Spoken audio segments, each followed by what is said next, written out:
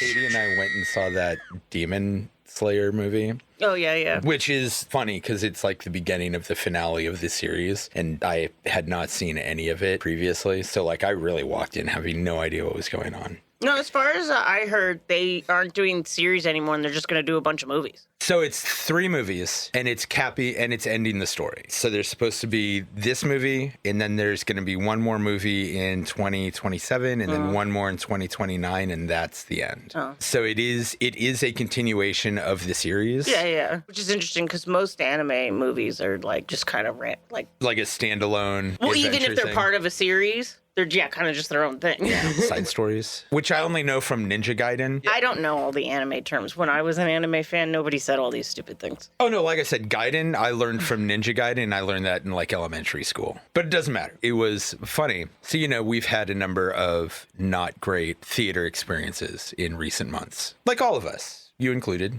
People talking. Oh, the other thing I can think of is causing a ruckus. Is the one Bring incident. Her Back.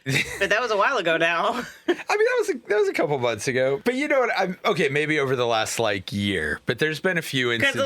Because the last few have been good. So I want to keep it that way. Craven said there was someone on their phone during the Toxic Avenger. I didn't see it. Yeah.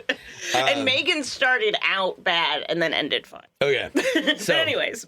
So this theater was so packed. I think it was sold out. It was really funny. It does mean side story. Oh, does it? I looked at it. Hey, look at that. I knew something culturally relevant from Japan. It means side story, or then it's a semicolon spinoff. Okay. So yeah. Yeah. So, but this is not that. This is part 1 of the grand finale of the series. Okay. The wildly popular anime. I could tell because the theater was totally packed and there were a lot of showings. Yeah. Like when I went, when Katie told me she wanted to go see this, I was expecting it was going to be like this real niche thing. Oh. And then I went to the website and I was like, they have more showings for this than they have for any other movie. And yeah, our theater was jam-packed. And the part of me was like, this is going to be super annoying in some ways. Most respectful movie experience I have had in a very long time. Because it's a bunch of dorks. So, not a single cell phone, not a single peep, nothing. Until. So there's nothing disturbing anything. Then two-thirds of the way through the movie or something, I suddenly feel a hand on my head. And I'm holding Katie's hand, so I know it's not her. Yeah. Right? And it was like this grab of the side of my head. Somebody fall? Yes. So I turn around and there is this girl who looks mortified. Yeah. And I mean mortified. And I was caught very off guard. I didn't yell or anything. I don't even think I said anything, but I was like so startled and so caught off guard. And it's been a rough few months. I won't get into details, but I'll say that on here. I've been stressed. So I like I said, I don't think I thought to say anything to her because I was just like, what the fuck? Yeah.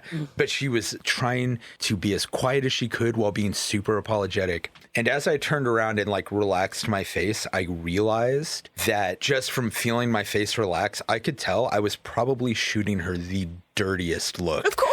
That I have shot towards anybody. like I think I was giving her some real I'm gonna fight you vibes, and I felt really bad about it, but I didn't want to cause a ruckus.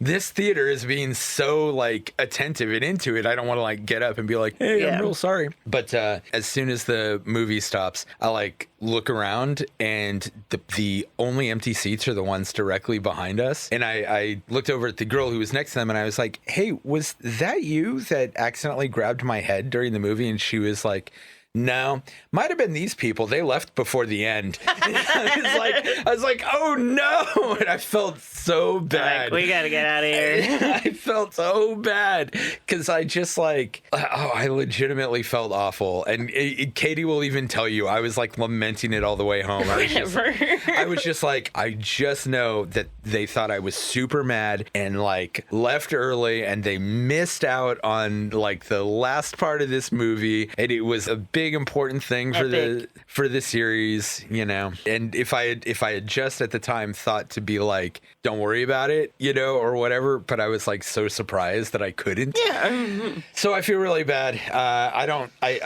You know, it's there's almost no chance that whoever that girl was is going to hear this. But if you do, I'm really sorry, and I hope you went back and saw the movie again. Did you like the movie? You know what? I actually really liked it. Nice. I was shocked by how much I got into it. Well, because as far as I know, they introduced like a brand new villain for like the end. Yeah. So, all right. Gonna do a little bit of spoilers here, additional spoilers here for Demon Slayer Infinity Castle. So I guess, you know, minimal side review here. So the first thing that I got to say that I really loved about it was they blended numerous styles of artwork in different ways that looked really cool. They had this thing that usually annoys me where, you know, everybody has like their one like elemental ability or whatever, but there was all this stuff where like it looked like an anime. It looked like a high budget, well drawn anime, but then like somebody would use their water ability, and just the water ability would look like that really famous painting of the wave. Things. Yeah, and it looked very much like that. And it was just like this ability was in a totally different art style sitting across this anime, and the fire kind of reminded me of like somebody's fire ability really reminded me of like a 90s action cartoon kind of thing. And it just they blend. I know the anime won like awards and stuff for its animation. Yeah. Like specifically for the animation. The animation was really impressive. Which is funny because I hated the animation when I saw the series. Oh, that's funny. I didn't finish the series. It's too, hey man, I'm an old school anime fan. I've been around for a really long time. My problem with new anime is it's just the same bullshit that I've already seen a billion times. So I found this really boring. I mean, that happens. I mean, yeah. And it's just... And you know what sucks is it's not even like, it's generally not even their fault. It's just I just seen it all. It's just, you know, but it's real hard for me to find like new punk bands that really impress me now, because I'm like, I've been listening to this my whole life when I can go watch this. You know what I mean? But, which is not to say that I don't find new punk bands that impress me all the time. I do. Yeah. But now I don't find anime that impresses me. Now instead of like 90% of them, it's like 80% of them I'll be like, yeah, I can appreciate this. I understand what they're doing and they're good at it. Yeah. But it is not new to me. Yeah. But I heard that it did, because Brian, my brother, also did not like the way the way they blended 2D and 3D. I hated it. It looked terrible. But Brian, because he finished the series, he said that it got way better. So I think it looked great. Yeah. And the other thing that I really liked. I don't even know like how long this series is, but I think I've only seen like 8 episodes or something. I think it's longer. It's longer, yeah. No, I mean, I think it's on the longer side. No, I think it's only like 3 seasons. Yeah, but I think one of the seasons is like 30 episodes. The other thing that I really liked right away was the I don't know what you would call this, the like area design, like the place that the story inhabited. You know, like the movie is called Infinite Castle, so you can guess what it is. It's an infinite castle, right? There's 63 episodes. Okay. It doesn't sound terrible. 4 seasons, so. But the way it looks, the architecture all looks like a feudal Japanese castle with all these lanterns everywhere, but it's all in different directions, like almost like kind of MC Escher-ish in some ways. The way they do it, it looks like what I think of when I think of an old Japanese castle, but it also looks like what I think of when I think of like a massive refinery or like the machine world from the Matrix or something. So yeah, I found myself really surprised at how much I liked it. Even near the end when they did the whole like, we're going to go do a flashback to the villain's, you know, origin story and all of that, which I usually hate. Yeah. This time for this one, I actually felt like it was earned and had a good emotionally impactful resolution. So nice. I actually loved the movie, and I'm shocked by that because I am not a big anime person, and in particular I'm not a big fan of this kind of anime. Like I get the impression that it is sort of in that Shonen Jump area. Oh yeah, which I am not into that sort of thing at all. You know, most of the animes that I like are more things like, what is it, Paprika, Paranoia Agent, things that don't involve like a battle with a new character in every episode. Sure. I hate animes that are a battle with a new character in every episode. Sure. Which is unfortunately the type that one of the types that Katie is really into. So she keeps trying to show me these new things, and she's like, "It's a cool concept," and I'm like, "It is a cool concept." But 3 episodes in, I'm like, "I fucking hate this. Stop it." But yeah, anyway, point being, I did tell Katie that I would be willing to watch the series with her before the next movie comes out. Oh, cool. Because I did think it was a really good movie. Fuck. What? I spent way too much time talking about that movie when it is time for something else. All right. Welcome, everybody, to Streaming Screams. I am Glenn. I'm here with Jessica. Hello. And today, we continue on with our... Oh, God. I need words. Spooky season, super scary, Screamtacular. Okay, we're going to do that whole intro again. Anyway, welcome everybody to Streaming Screams. I am Glenn. I am here with Jessica. Hello. And we are going to talk about some horror, and in particular, we are continuing on with our... Spooky season, super scary, Screamtacular. Yeah!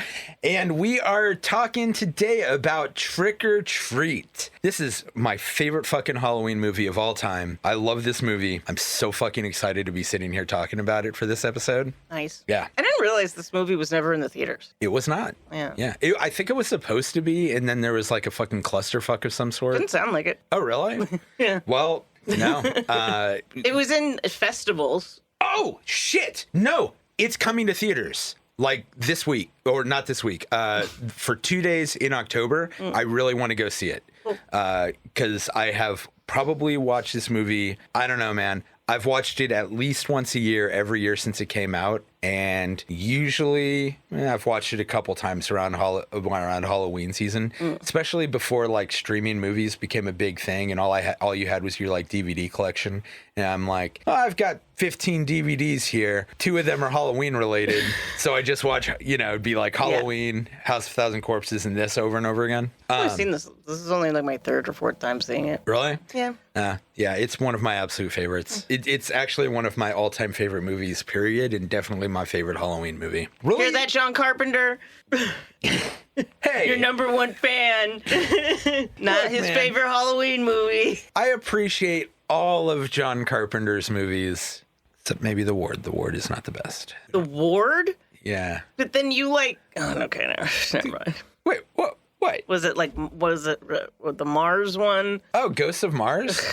Yeah, okay, so... We don't know. We're not getting into a whole John Carpenter thing. No, this edit's going to be a bitch. But no, I'm just going to say this. Ghosts of Mars is not a great movie. It is a dumb, fun movie that I like throwing on. It's basically heavy metal in space, and I'm into it. The Ward is basically a ripoff of Identity, but with less interesting set dressing and less mystery. You figure it out quickly, and it just doesn't have like the zazz that Identity does. So I just kind of while I was watching it, I just feel like I knew that was a John Carpenter. Maybe it did, because it's the one with the blonde chick and the Ward.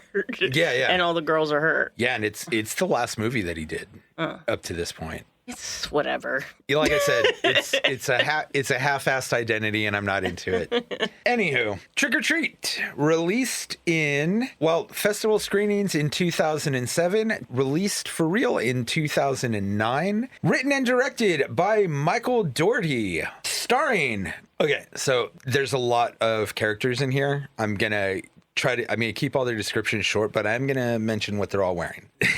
We've got Quinn Lord as Sam. His costume is himself. He wears a burlap sack with button eyes on his head and an old-fashioned orange onesie pajamas. He's a child-sized playful entity who serves as like a guardian of ancient Halloween traditions. Underneath the sack, his head is a weird, childlike, vaguely demonic, vaguely skull-like jack-o'-lantern, but we don't really see that to the end of the movie, and this is the only long description I have, I promise.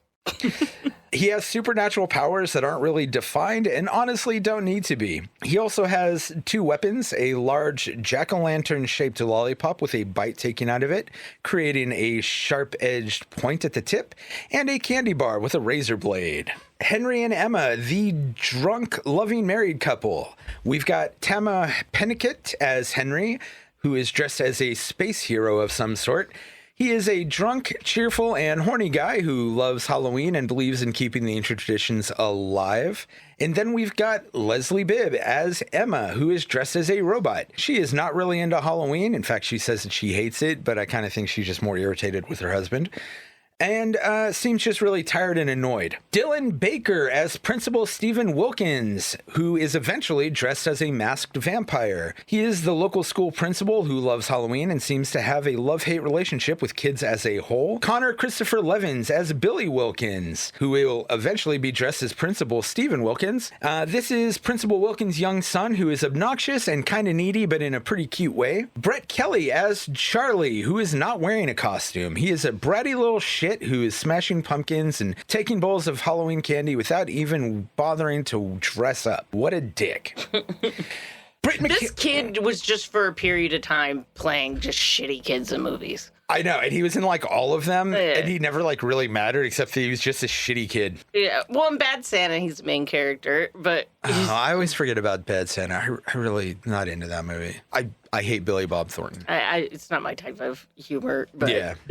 And the second one is god awful. I'm sure, but again, I'll probably never see it. I really don't like Billy Bob Thornton, and it's probably actually nothing against him exactly, but like I'm sure he's a really good actor. But for some reason, every time I see him, it just makes me want to take like a shower. Like it always makes me feel icky, which was really brutally confusing in Monsters Ball when he's just fucking the shit out of Halle Berry, and it's this really hot sex scene, but like it's like Halle Berry, and you're like ooh, and then it switches, and then it shows Billy Bob Thornton. And you're like, ugh, and it's just like, ooh. Ugh. Is that how everybody felt in the 70s when they had to watch Ron Jeremy? I'm just saying that was the porn. I don't know, man. I wasn't around for the 70s. I'm just saying, that was the porn available. I know. Then we've got Britt McKillop as Macy, who is dressed as an angel. She is a mean girl bully type who is actually particularly cruel when you think about it. Luke Jean... Fuck you, man. Luke Jean Bilodeau? Luke Jean Bilodeau as Schrader. His costume is a skeleton wearing a suit. He is basically just a charming teenage boy. Isabella DeLucci as Sarah, who is dressed as an alien. She is a big mouth who annoys Macy. Alberto Gisby as Chip, who is dressed as a pirate. Get it a P. What was that? You said Gisby. Fuck. There's too many Why are these names so hard? You're just adding letters to make it easier to say. Should I just start this whole section over? No! Alberto Gisby as Chip, who is... Damn it! Alberto Gissy as Chip, who is just as a pirate. He's kind of a nervous kid and the runt of his group. Sam Todd as Rhonda, who is dressed as a witch. She is an idiot savant who loves Halloween and is very talented at costume design and pumpkin carving. I don't think you can say idiot. I'm sorry, I just... God damn it. Well, I'm gonna look this one up live. Okay. So apparently, idiot savant basically means autistic savant. And now I feel really bad. I don't know whether we're going to leave this little chunk in or not, but... that's why I just wanted to... Yeah, no.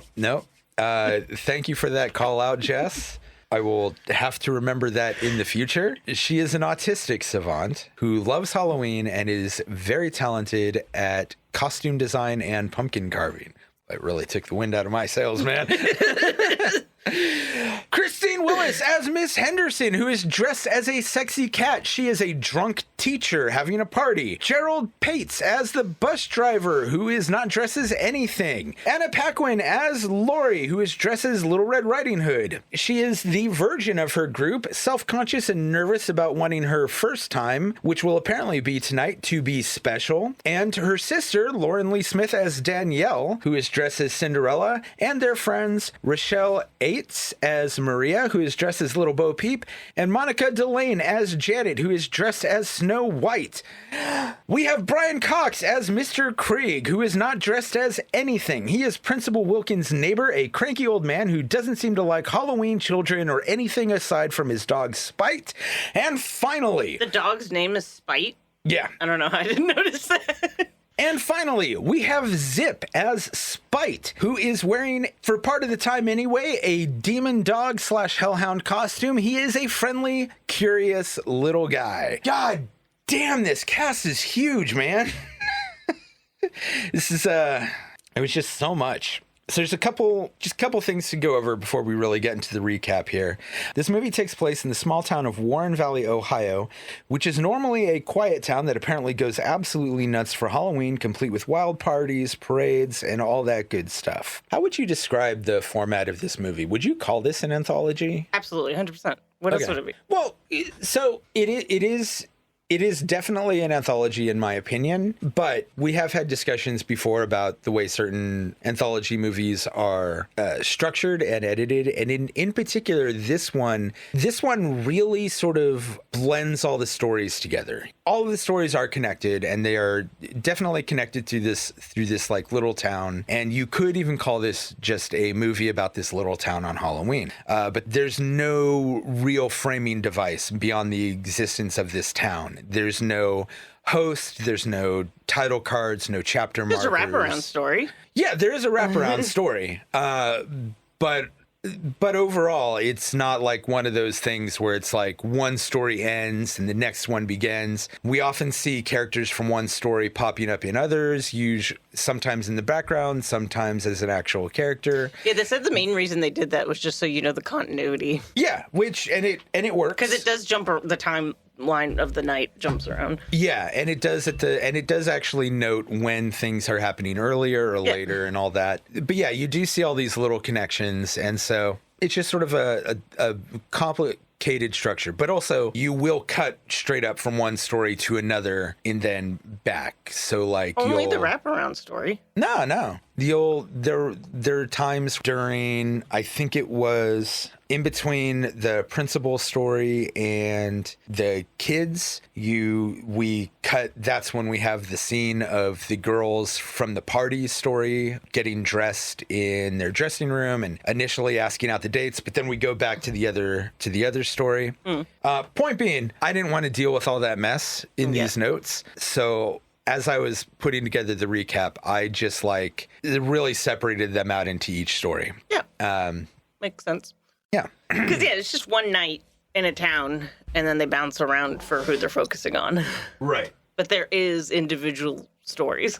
So we start with a 50s style video giving kids advice on how to stay safe on Halloween. And normally I actually wouldn't mention this scene because it doesn't really serve any purpose, which actually makes it like my only real complaint about this movie. In this film, there are like rules that the town abides by with regards to Halloween. Maybe it's ancient traditions to honor, or maybe it's regionally specific. Whatever the case is, the rules of Halloween are important in this film, at least in this town, if not everywhere. But the actual rules are never really described except when somebody's breaking one. Yeah. And I feel like if you're going to have like this little video that is outlining rules for being safe on Halloween, they could have made it relevant to the movie and actually like describe things like don't blow out your pumpkins early, which they don't. It's just basically don't go to strangers' house, which who doesn't go to strangers' house on Halloween? I know, right? That's the whole fucking point. Yeah. If I could only go to the people I knew, you'd get barely any candy. Right?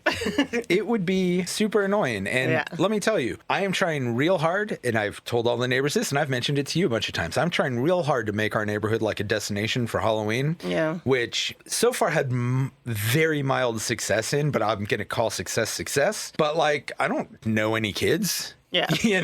I just really love Halloween. Yeah. Yeah. So if nobody was coming to my house, I would just be sitting here like depressed watching my movie, Anyway, so Henry and Emma arrive home drunk. Henry wants to. Oh, wait. The thing in the beginning with the kid with the lollipop? There's a kid in the beginning when they show the kid, the very first thing with the kids. Oh, when they're just like bringing the camera through the streets and you sort of see like hints from all of the stories. Yeah, there's a kid with a lollipop, and that's the actor that plays Sam.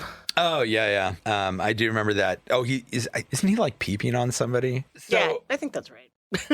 Yeah. Oh, wait. Yeah, I think we just see him with a lollipop in the intro here, but I think later he tries to peep in on the girls while they're changing. I could be wrong. Yeah, I don't think it might not be the same one. Well, because in the credits it's listed as Sam and then peeping Tommy or something like that. Okay. Yeah. So I'm guessing it's that kid. Yeah. I always forget about that. But anyway, so Henry and Emma arrive home drunk. Henry wants to bang, but Emma wants to take down the Halloween decorations tonight for some dumb reason. Yeah, it annoys the fuck out of me. And every time I watch it, it annoys the shit out of me. No, they even show it like twice in the movie, and it pisses me off both times. I'm like, what the fuck are you talking about? Who gets home from trick-or-treating or a party and goes, well, that's it, and there's still kids on the street? Yeah. Well, that's another thing with this movie. What time is it? And like, how long is this night? Because the fact that there's like all this trick-or-treating and the stuff that's going to happen with the principal, and then he goes to the party, I'm just like, and it was dark the entire time.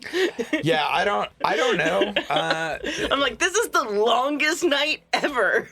True. To be fair, it is in the northern part of the U.S., so you know the nights might be a little longer there around this time of year. At least longer than us over here in sunny California. Yeah, I hear what you're saying. Never really think about it. It's at the end when they're at the party. I'm just like, wait a minute, because he had to kill the kids, and he had to do the carving with the sun, and then goes to like this part, and he's been killing. Yeah. But I mean, all of that does happen before. This is kind of the end, which we find out later. Yeah. But yes, so she wants to take down the decorations for some dumb reason. She doesn't know that Sam is watching from across the street and is deeply offended when she blows out a candle in the jack-o'-lantern. Yeah. I always love this because you see her do it from his point of view and you hear this little just like, oh, it's so cool. It's so cute. There's a lot of cuteness in this movie, despite it actually having a little bit of brutality to it. He's a little guy. Yeah, Sam is great. I think I've already decided that I'm going to be Sam next year for Halloween. I've always kind of wanted to do a Sam costume, and I think next year might be it. She sends him inside to get ready for sex while she deals with the yard. After falling asleep and waking up, Henry comes down to find that the yard is now decorated with her dismembered corpse, and her head is stuck on a thing with her mouth having a giant lollipop stuck in it. I really like how this scene sets up the whole tone of the movie because it actually has like a gruesome quality to it. Yeah. But it's still super whimsical and fun. To be fair, kids are still trick-or-treating. Yeah. Then we've got Principal. I did look up all the names of the stories. Principal. Charlie is walking down the street smashing jack-o'-lanterns. He is caught taking candy from Principal Wilkins' house, but Wilkins tells him to have a seat on the porch for a minute. Charlie eats a candy bar that Wilkins gives him, while Wilkins starts carving a pumpkin and lecturing him on the importance of following Halloween rules and traditions. Turns out the candy is poisoned, and Charlie dies after throwing up an absolutely ungodly amount of chocolate vomit. This scene is so gross. I always hate watching people throw up. I have a bit of a gag reflex, and it always kind of gets me. But then at the same time, the chocolatiness of this puke makes my teeth hurt.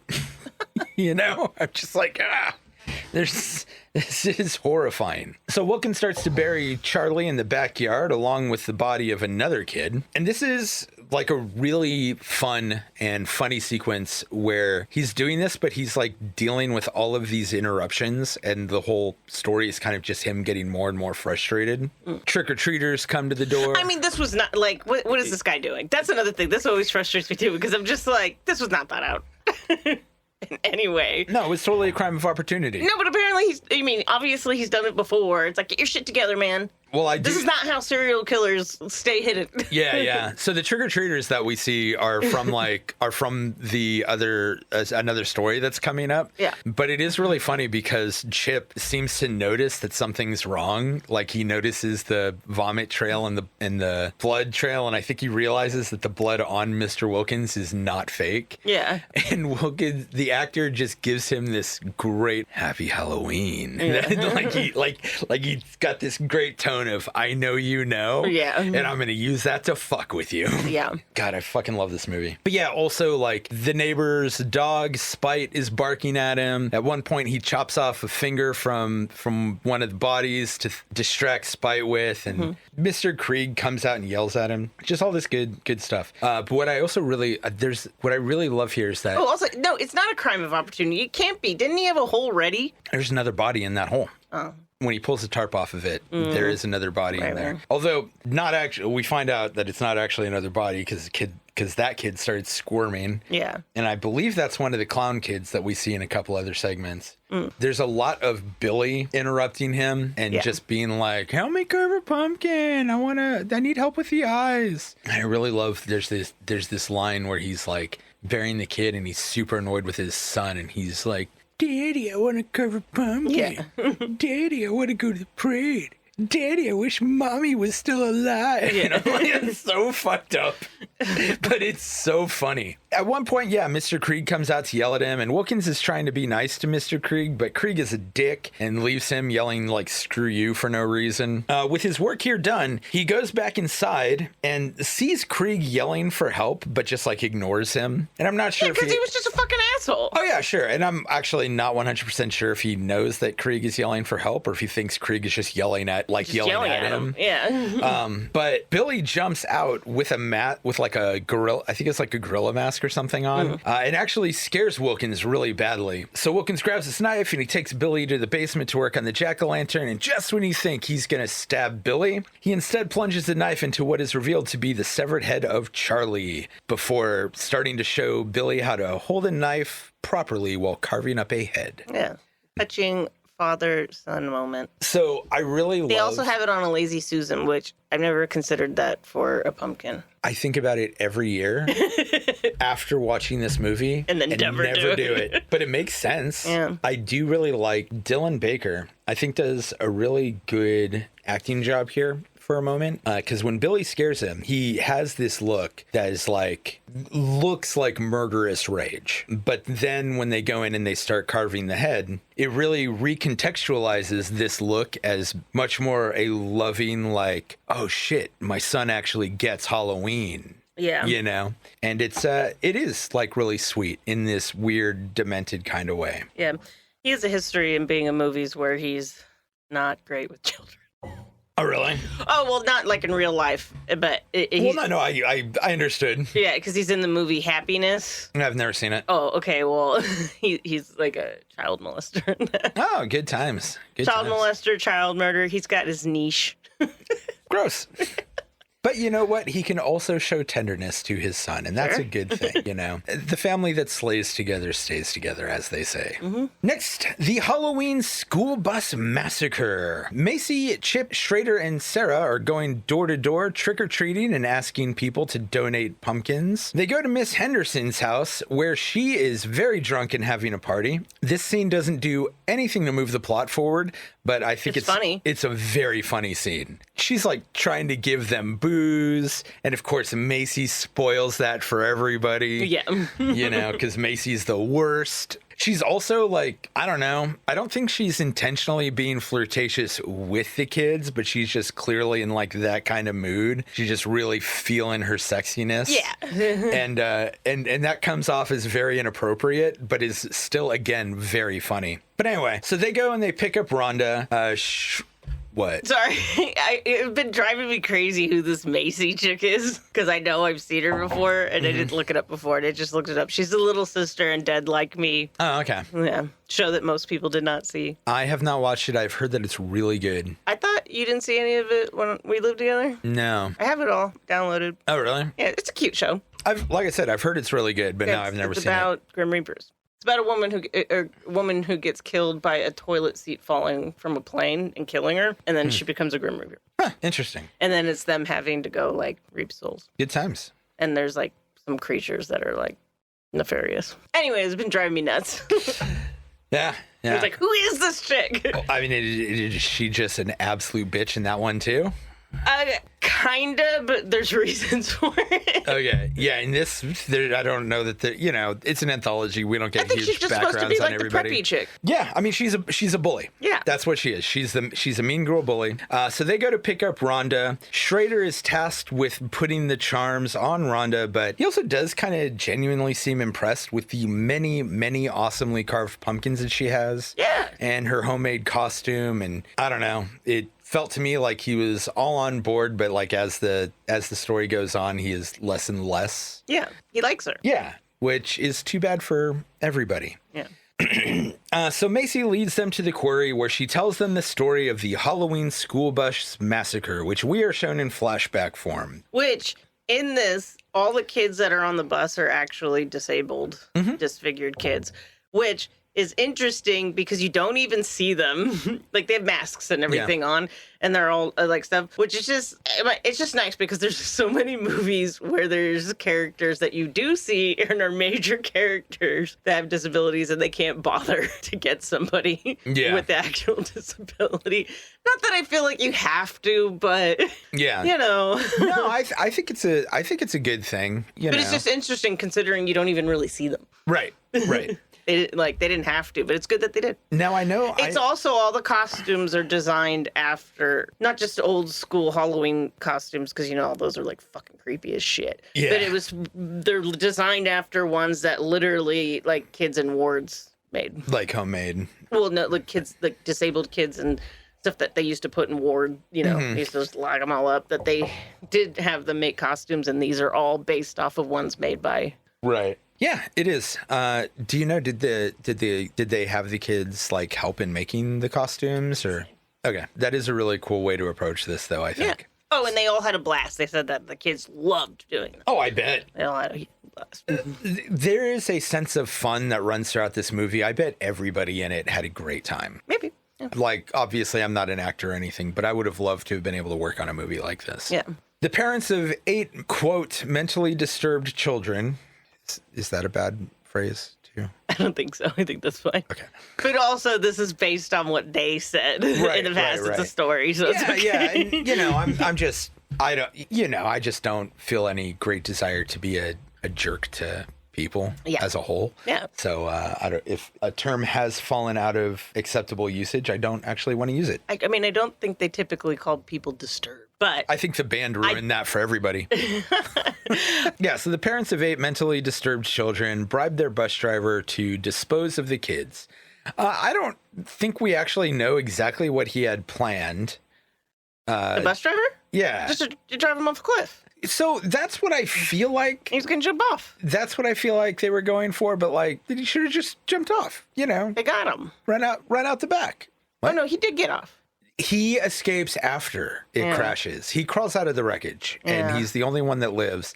I just don't know how he was planning to actually handle this. Because it just seems weird that the kid gets off. So the kid dressed as Dracula escapes his chains and is trying to like drive the bus home, and he drives it off the edge of the cliff into the quarry. It seems to me like if that was the plan in the first place, the bus driver should have just been like, all right, and bounced off of the bus instead of like trying to stop it from happening. Or maybe he just panicked. I don't know.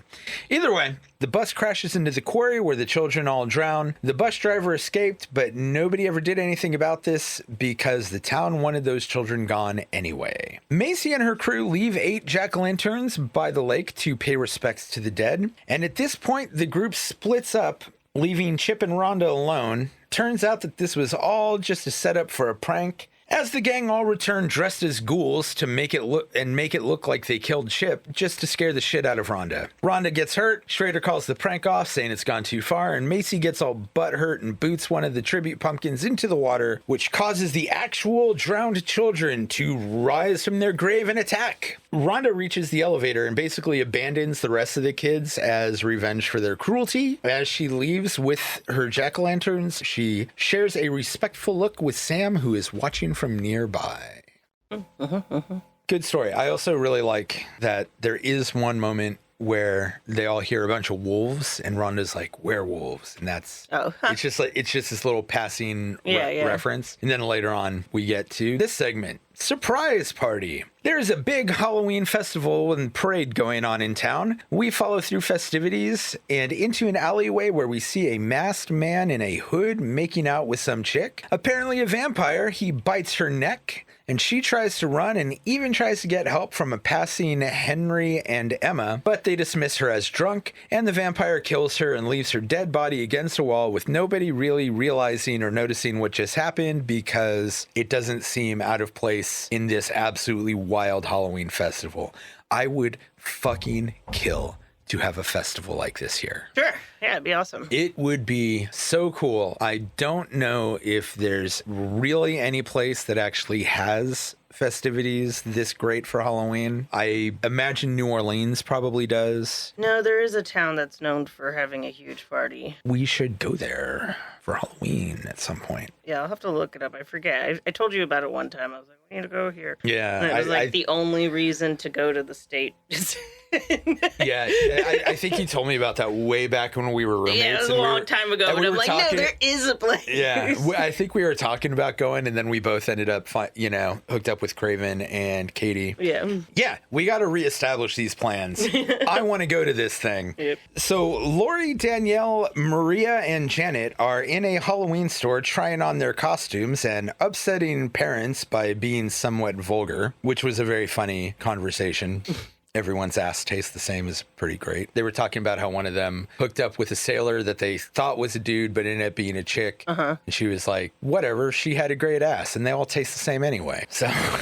I mean, as long as they're clean. Yeah, good times. In the meantime, we've got a kid trying to peep in on them, and the kid's mom gets really mad, and there's children out here, blah, blah, blah. So Lori is nervous and hesitant to find a date for the party that they are going to. The other girls are not, and they all pick up dates and head to the party, which is like this bonfire in the woods. Lori stays at the town festival to look for a date, supposedly, but she really doesn't try. No. At all. And there's this whole thing about her wanting her first time to be special, and they really play it off like this is all a thing about them all trying to get laid. Yeah. Which it is not. So she just starts walking to the bonfire, and on her way she is stalked and attacked in the woods by the vampire that we saw earlier. In the meantime, her friends are wondering where she is and trying to get ready to set her up with this like adult baby. Yeah, which fuck them. Yeah, right? Like, come on.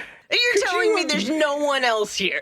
Nobody who's like more attractive, willing to go. Like, Lori is fucking hot. She's dressed as Little Red Riding Hood. Like, there is. And it's like her sister is pushing it so hard and then gets that. Right. Get out of here. No, do fucking better. Do fucking better. And I realized that they are not actually looking for people to bang, but she was hoping for somebody cute and all that. Telling me you can't find somebody who's willing to have a night of sexy times with a chick this hot who's dressed in like Little Red Riding Hood. Fuck off. Yeah. The possibilities are endless here, and this is what you come up with. Get out of here. Suddenly, a body wrapped in a red cloak falls out of the trees, startling everybody. The girls go to unwrap it, finding that instead of Lori, it is the vampire. They unmask him and pull out the fake teeth, revealing that it's just Principal Wilkins in a vampire disguise. Lori arrives and Danielle checks on her to make sure she's okay. She's annoyed that Wilkins bit her, but now seems way more into what's about to happen. So the girls and several of the other girls at the party all start stripping, first their costumes and then their skin, revealing that they are werewolves, much to Wilkins's terror. Yeah. So this is what Lori was referencing as my first time, and that she wants to be special, so I guess it's like her first transformation or maybe her first time. I don't know. Whatever it is, it's awesome. She taunts Wilkins with the whole my, what big eyes you have line before eating him. Sam sits on a log and watches, seemingly pleased with the festivities going on here. This is all done to Marilyn Manson's cover of Sweet Dreams, which in a lot of instances would be very cheesy and is still a little on the cheesy side. Is it Sweet Dreams? I thought it was I Put a Spell on You. No, it's Sweet Dreams. But it does feel very fitting, and I have to say that this is probably my favorite werewolf transformation because it is the hottest werewolf transformation ever. It's basically a bunch of really good-looking women stripping. Yeah. I think this is the only nudity that we ever see in the movie, is we get some boobs here. Do you actually see the boobs? Oh, yeah. Not like a ton of them, but like as they're stripping, there is, one close up on this blonde chick. And so just so we're clear, I don't sit here and just try to memorize boobs. I've seen this movie like dozens of times, literally. So Sure. Anyway, so during this transformation, the camera returns. This is just like a little note. During the transformation, the camera returns numerous times to a tattoo that Danielle has on her back. The tattoo is just the text "Nil desperandum," which is Latin for "do not despair." Not sure where the idea for that came from. I assume it's not an actual tattoo of hers. A back tattoo. Yeah, and it's like. It's not like a huge back tattoo. Yeah. It's sort of at the point where, like, when you go to unzip an evening gown, it's at about, like, not a low cut one, but like just a regular evening gown. Yeah. It's at about that point. So below the neck, kind of between the shoulder blades. And it is interesting because now that I say that, somebody does stick their fingernail in there and like drag it down, which is basically mimicking unzipping a dress. Yeah. But yeah, I thought that tattoo was interesting, particularly coming from a werewolf or being on a werewolf. I kind of like it. Huh. Good times. You look like you have something else to say about this. I was just saying, because like if it's on your back, all I can think of is while you're like banging a chick, I'd be like, I'm definitely not despaired now. I mean, when you pull out, that's the target, right? Yeah, it has to be, right? I've said this like 4 times now, but this is going to be the episode where somebody in my family finally decides that they're going to take a listen. They're going to hear me say that. I don't think so. I actually think most of my family has no desire whatsoever to. My family is very supportive, but I'm really the only horror junkie in the family, and I have a feeling that everybody can probably guess that if you and I are just having a conversation about like exploitation movies, probably going to talk about shit that they don't want to hear me talk about. Sure. I don't know if anybody in your family has checked it out at all. Kelly. Oh, really? Yeah. Sorry, Kelly. And now we come to Sam. So 3 kids dressed as clowns knock on Mr. Krieg's door and are chased off by some kind of little hellhound. It turns out, of course, that this little hellhound is just Spite wearing a disguise. Mr. Krieg steals their bags of candy that they drop as they run away and goes back inside to eat some of his ill-gotten gains while drinking, watching TV, and burning some photographs. Spite starts barking at something, and a kid throws an egg at his window, which sets him on edge. Also, the kid really fucking throws the egg because it cracks the window. Or it's a shitty window. I mean, it does look like a really old house. Yeah. He goes outside to check on Spite, who is gnawing on the finger that Principal Wilkins threw for him. And then we see the argument that they had at the beginning of the movie, but we see it from Krieg's perspective, which doesn't make Krieg look any better. He's still an asshole. No, Yeah. Spite starts barking at the front door now, so Krieg checks to find dozens of jack-o'-lanterns in his yard. He comes back inside, grabs a shotgun, and finds that somebody is coming to his house and written Halloween greetings all over the walls of his bedroom. And I think in blood. This intruder turns out to be Sam, who playfully torments Krieg as Krieg tries desperately to kill him or escape. So this is weird to me. This is all, like this whole like fighting sequence done by an 8-year-old stunt double. And I'm like, who? What? Yeah. And I have not been able to find any information about this, but I'm like, what? No, it's not. It's not a little person. No, it's a stunt. It says an 8-year-old stunt double. How? I don't know. That's what I want to know. Where do you get in? How do you become a stunt double at 8 years old? As a child. I don't know. Well, it is a shame Katie isn't here because I'd be calling her in here to answer some questions. And I'm just like, we're like, oh, we can't hurt this kid, so we'll hurt this one. Right. But which is also funny because, like, I mean, maybe the stunt kid is just the kid that plays Sam, but like, no. But the kid's in a costume the whole time and doesn't have any lines. I know. It's like, maybe he's like in gymnastics or something, so he knows how to like tumble. Well, sure, but then again, like, still, why not just have that kid? I don't know. Like, again, this kid doesn't have any lines. Yeah, I read that and I was just like, what? That's fucking wild. How young can you be a stuntman? Okay, so you have to be in like really good physical shape to be a stunt person, yeah? I would assume so. Right. Wouldn't like being wouldn't being like a gymnastics expert or like in that kind of stuntman like shape at that age like stunt your growth and shit? Oh, I feel like it would fuck you up somehow. I don't know, man. I feel like it would fuck you up somehow. Kid's gonna have arthritis at 15. No, because for gymnastics, you want to put kids in as young as possible. Yeah, but maybe that's why they're usually tiny. Yeah. Oh, yeah. Oh no. I think. Okay, you know what? I'm probably talking out of my ass here, but I do actually think that there's a thing about like gymnastics stunting your growth. Maybe I have no idea. Maybe not though. Maybe. But either way, 8-year-old stunt kid. That sounds highly. Well, that sounds really morally questionable. Yeah, I think so too. Good times. Like I said, it's all like, well, we're not going to hurt this child, so we hired another one to potentially hurt. Yeah. I'm sure he didn't get hurt, but the whole point of a stunt person is that, one, you can do the stunts, but also if they get hurt, it's not a big deal. Right. Jeez, man, that's super wild. I don't even know how to get back on track here because I'm like I'm really just knocked for a loop by this information. Yeah. So, anyway, so a lot of this scene, I'm not going to go super into detail on. It's, a really kind of fun cartoon. It's all just, fun cartoonish horror movie hijinks. It's got tropes from like home invasion and slasher and haunted house movies, all just sort of in this really fun like segment. It was one of the sillier ones. It's by far the silliest. Yeah. There's like some real Home Alone elements in here. Yeah. Okay. What was your favorite gag from this scene? Oh, I don't know. Oh, really? Why? No, I'm just wondering. I don't know. I didn't think about it. Okay. Because I actually have one. Okay. While Mr. Krieg is coming out to go like downstairs, everything looks normal until the most Home Alone moment of the whole movie, of this whole segment, where Sam has apparently laid out, going down the stairs, a bunch of candy, broken glass, and razor blades. Oh, yeah. Like really just right out of Home Alone, in a way. Yeah. Probably directly influenced by. Sure. Or like Dennis the Menace. Yeah.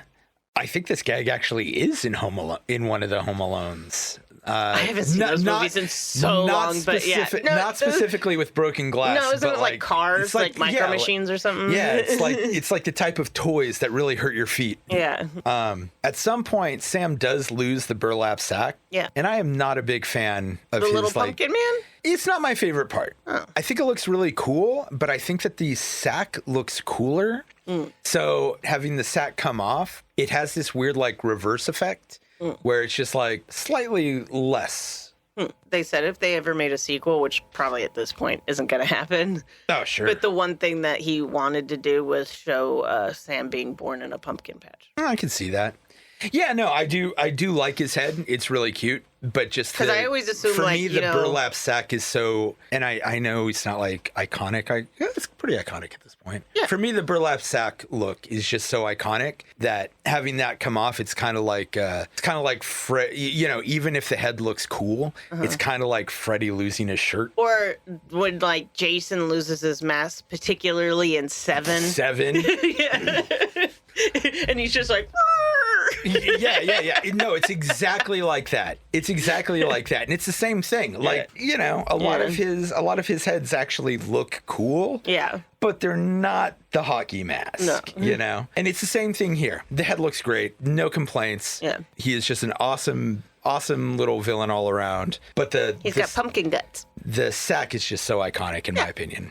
Eventually, he takes a candy bar from Krieg, which is funny because he basically looks like he's going to go stab Krieg. Yeah. But he stabs a candy bar instead. Not 100% sure whether that was intentional or not.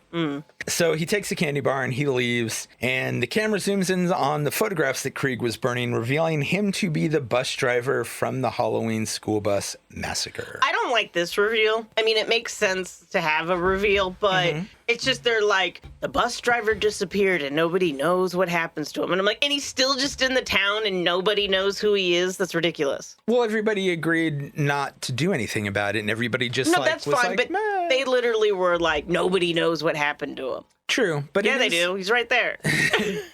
True. He never left. But it is, I mean, I'm sure this is what the parents tell their kids because they don't want to be like, you don't want to like sit around. You don't want to sit around the campfire with the flashlight under your face and be like, okay, but fuck and them. The bus driver was Mr. Krieg. But still, fuck the parents. Well, yeah. Like, police are going to investigate this bus crash where there's no driver in the bus, and they're not going to go to knock on the dude's door? No, they said that the police never investigated it. It was part of Macy's story. Okay. Well, whatever. I still think it's stupid. Because I'm like, even the rest of the kids in the town would know who the fucking bus driver is. Yeah, so no, apparently the whole town wanted these kids gone. Probably not the other kids.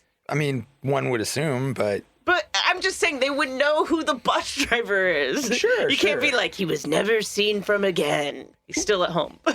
He never left. He's just there. I mean, Macy wouldn't know that, I know. Like I said, the parents aren't going to be like, and it was Mr. Krieg, Down the street, in the decrepit house, the cranky old man who yells at you when you run by too fast. That's be a story. Be like, yes, he murdered these children, so stay the fuck off his porch, or he'll murder you. Yeah, that is valid, but yeah, I could see not wanting to implicate yourself in knowing about this.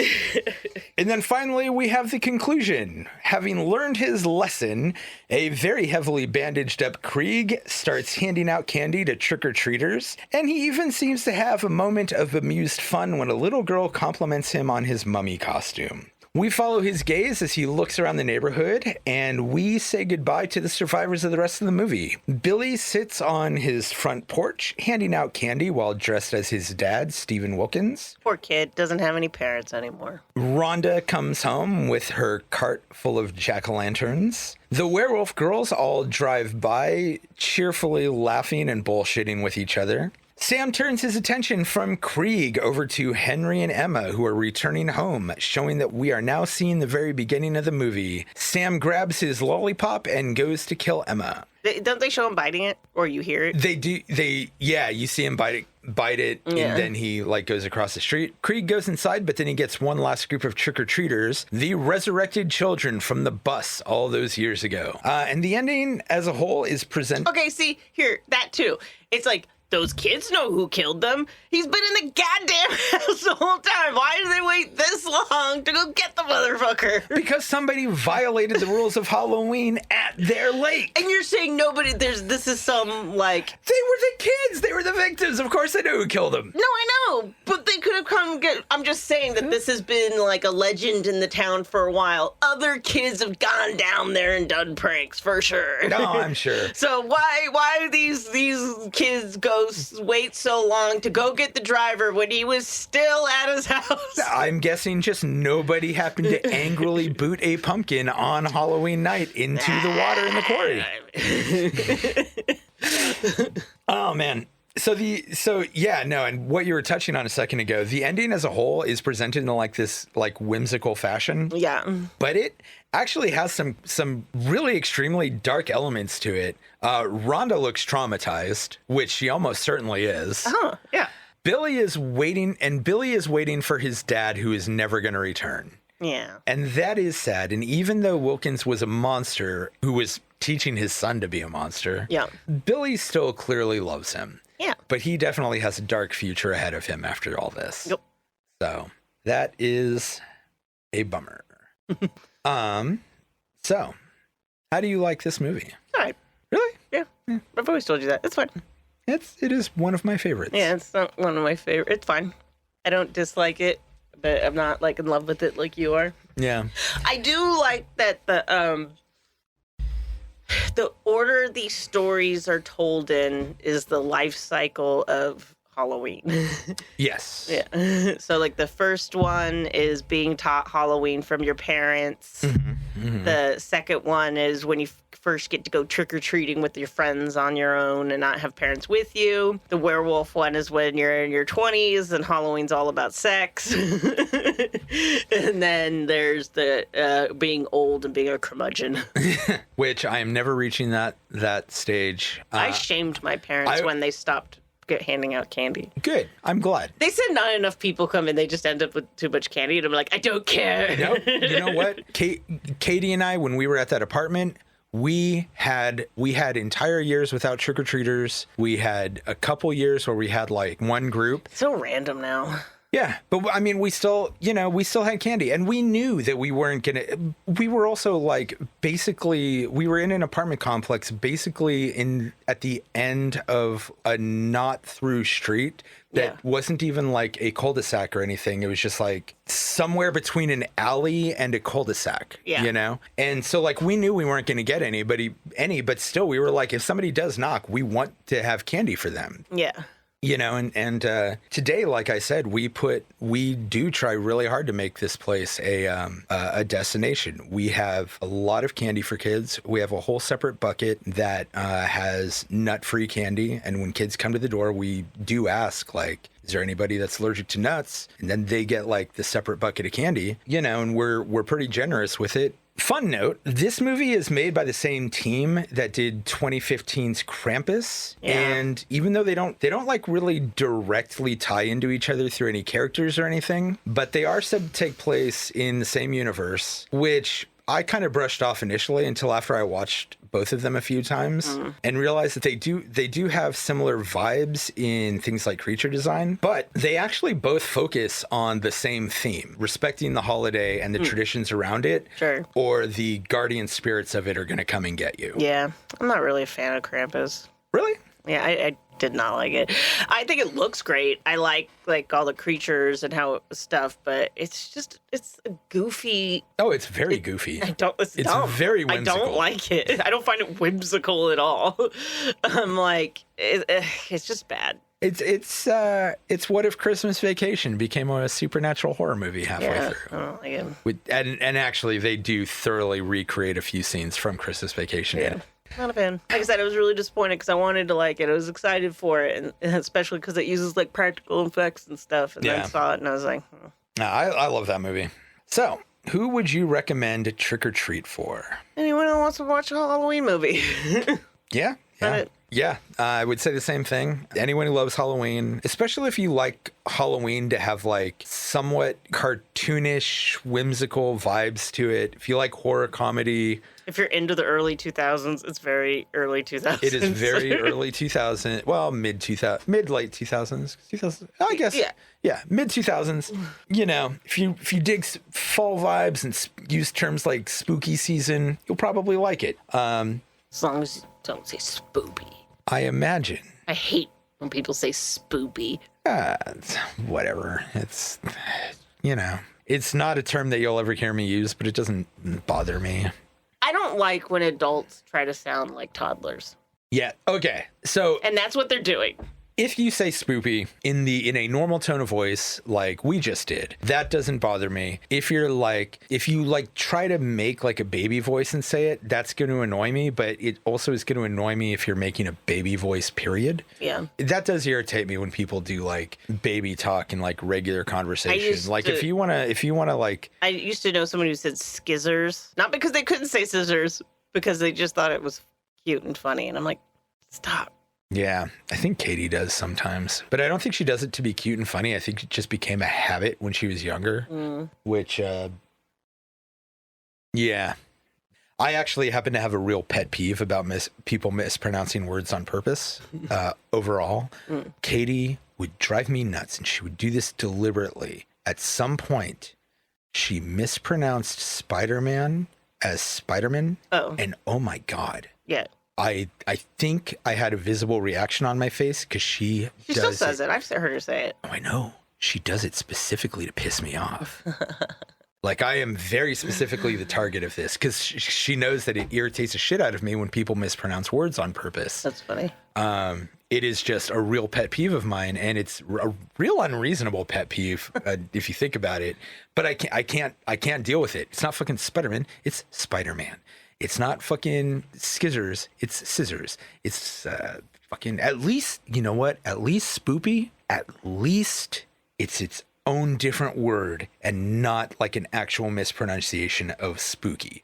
They replaced the C and the K with a P, and, you know, sure, it sounds dumb, but like, at least it's its own thing, so it doesn't piss me off the way. I don't understand the difference, but anyways, we don't have to get into all that.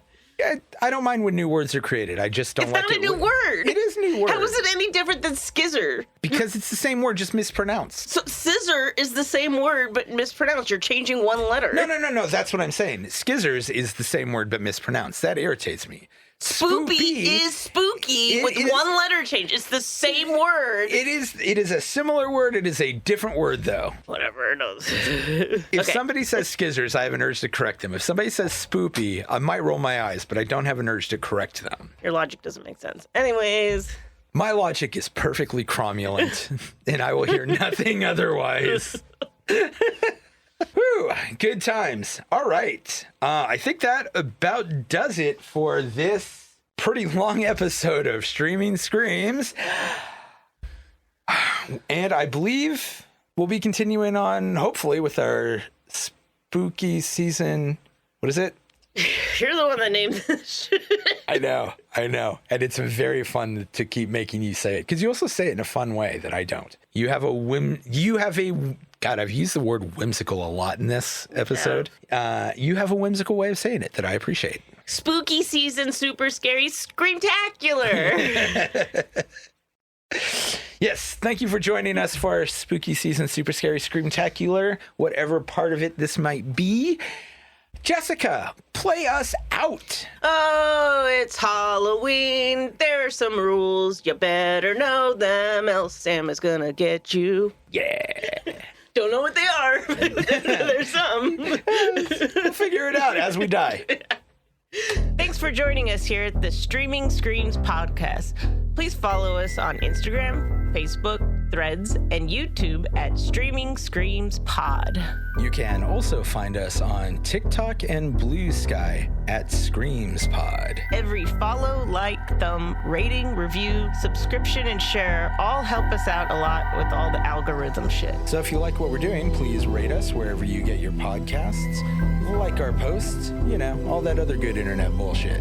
And again, thank you for listening to the Streaming Screams Podcast. And welcome back to our continuing spooky season, super scary, Screamtacular. We are going to be talking about Trick or Treat, not to be confused with Trick or Treat, which you're probably hearing us talk about in the same episode.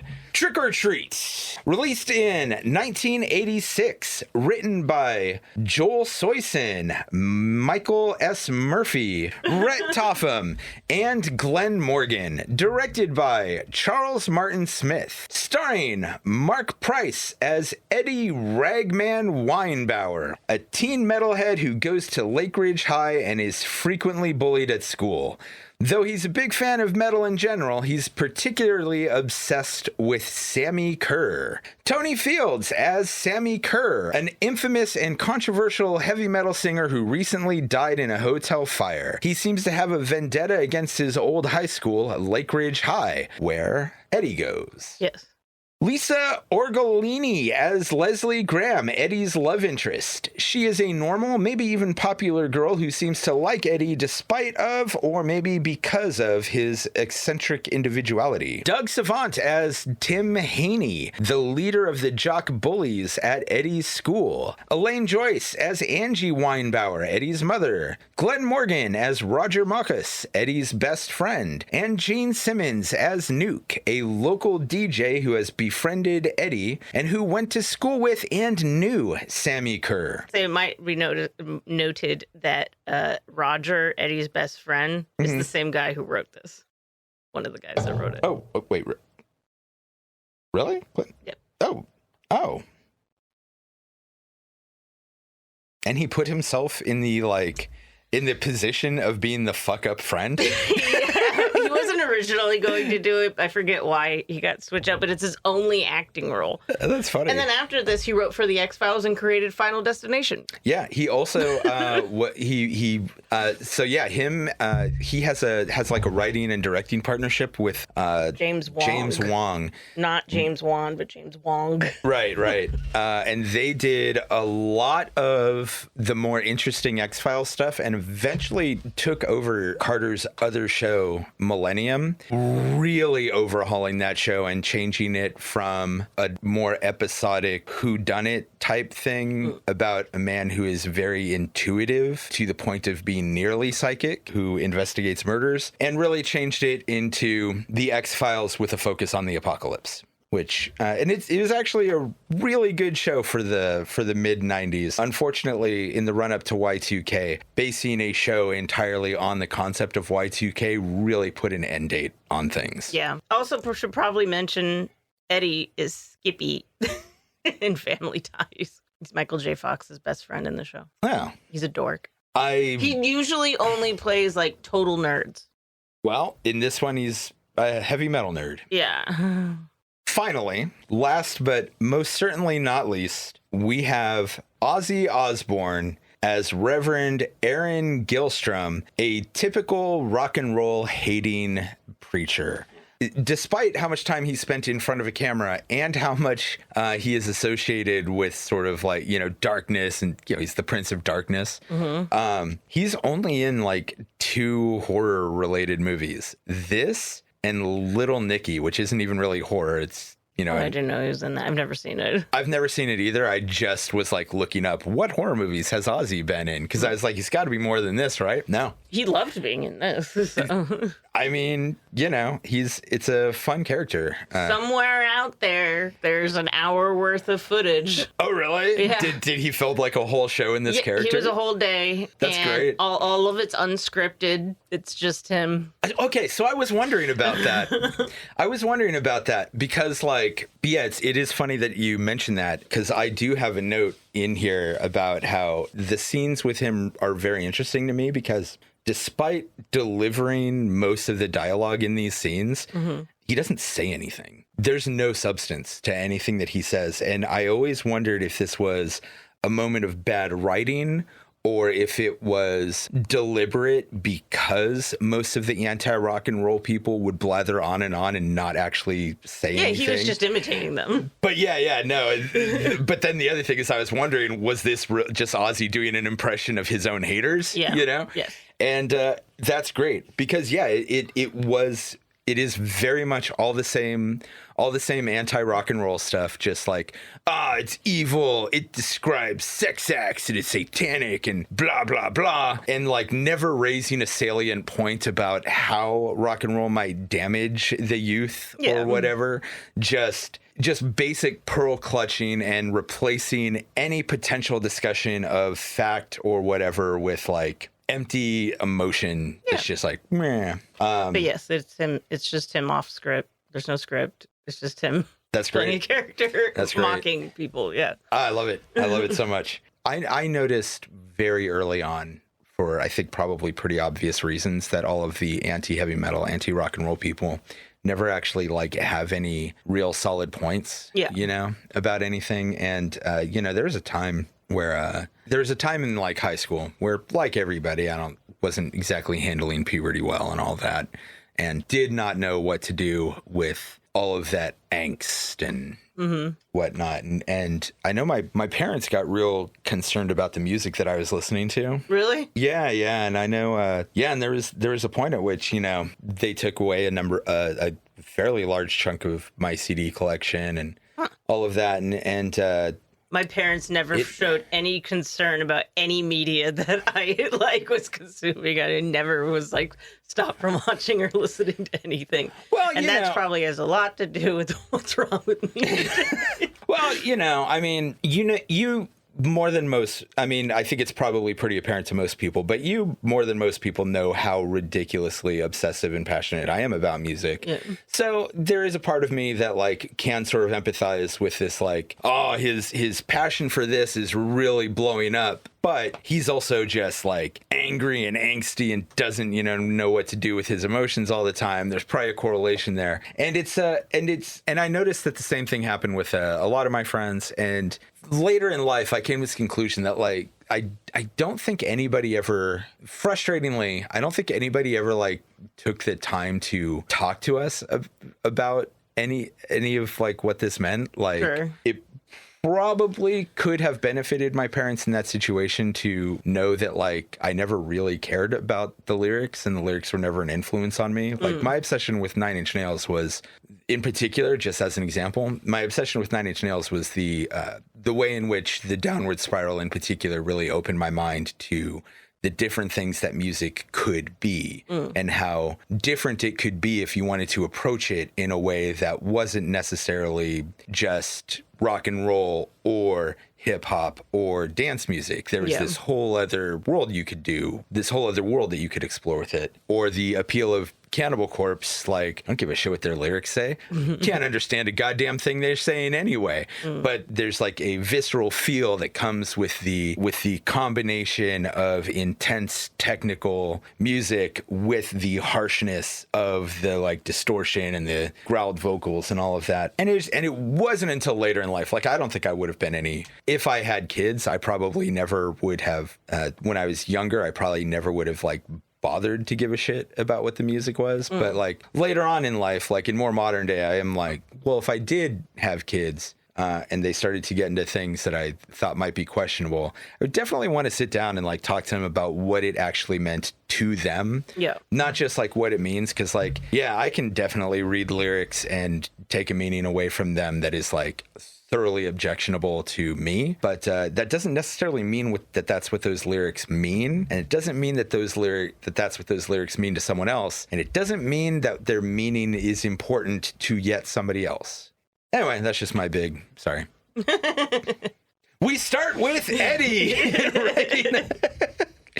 Yeah, so this movie revolves a lot around music and heavy metal. Yeah, and it's all a response to the satanic panic. Yeah, I imagine we're probably going to go off on a number of these divergences into heavy metal and music talk.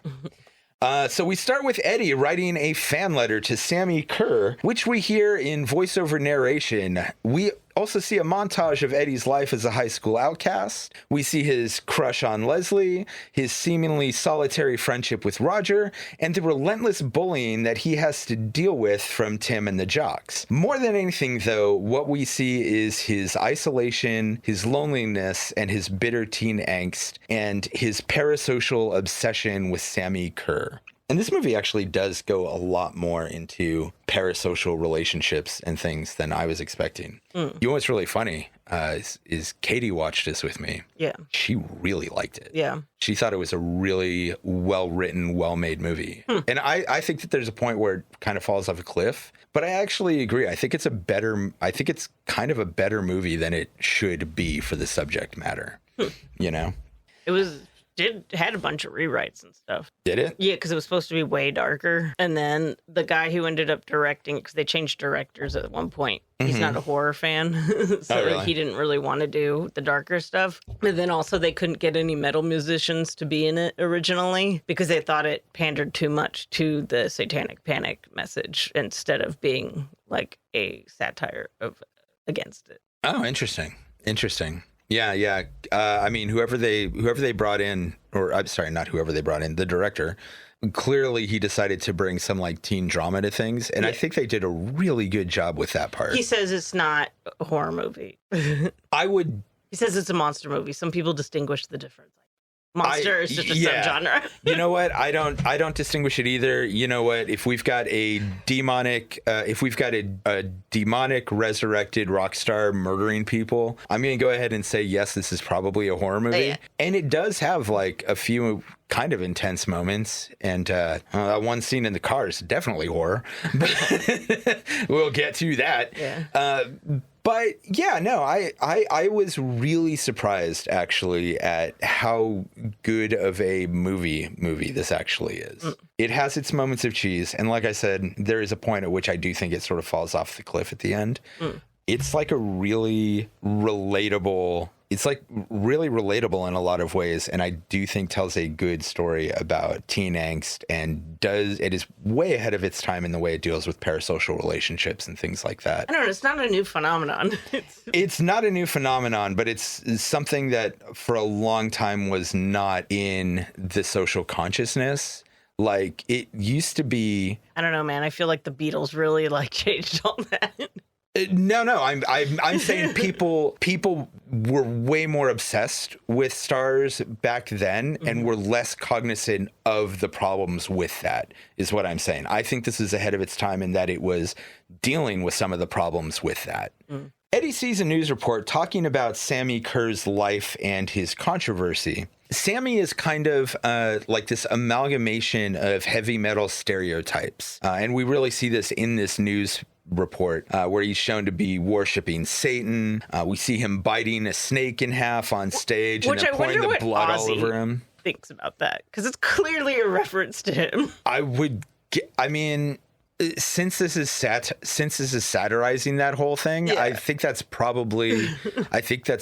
probably something that he would appreciate. Because while the Dove incident was real, yeah. and the bat incident was technically real, he didn't know it was a live bat. He knew the Dove was live. I don't understand the whole thing with the bat. We don't have to go into how did he not know it was real? How did they subdue a bat? Like, I don't... Where did the bat come from and why was it not moved? So people would, at the time, at Ozzy's concerts, throw rubber bats on stage. And he would occasionally just grab one of the rubber bats, pick it up, and bite the head off. Well, in this case, somebody had thrown a actual bat on stage. I don't know if it was alive or if it was sedated or if it was knocked out because somebody threw it at a fucking stage. It had to be dead, right? Because where is somebody getting a bat and then, like, what are they, a vet tech? Like, I don't know.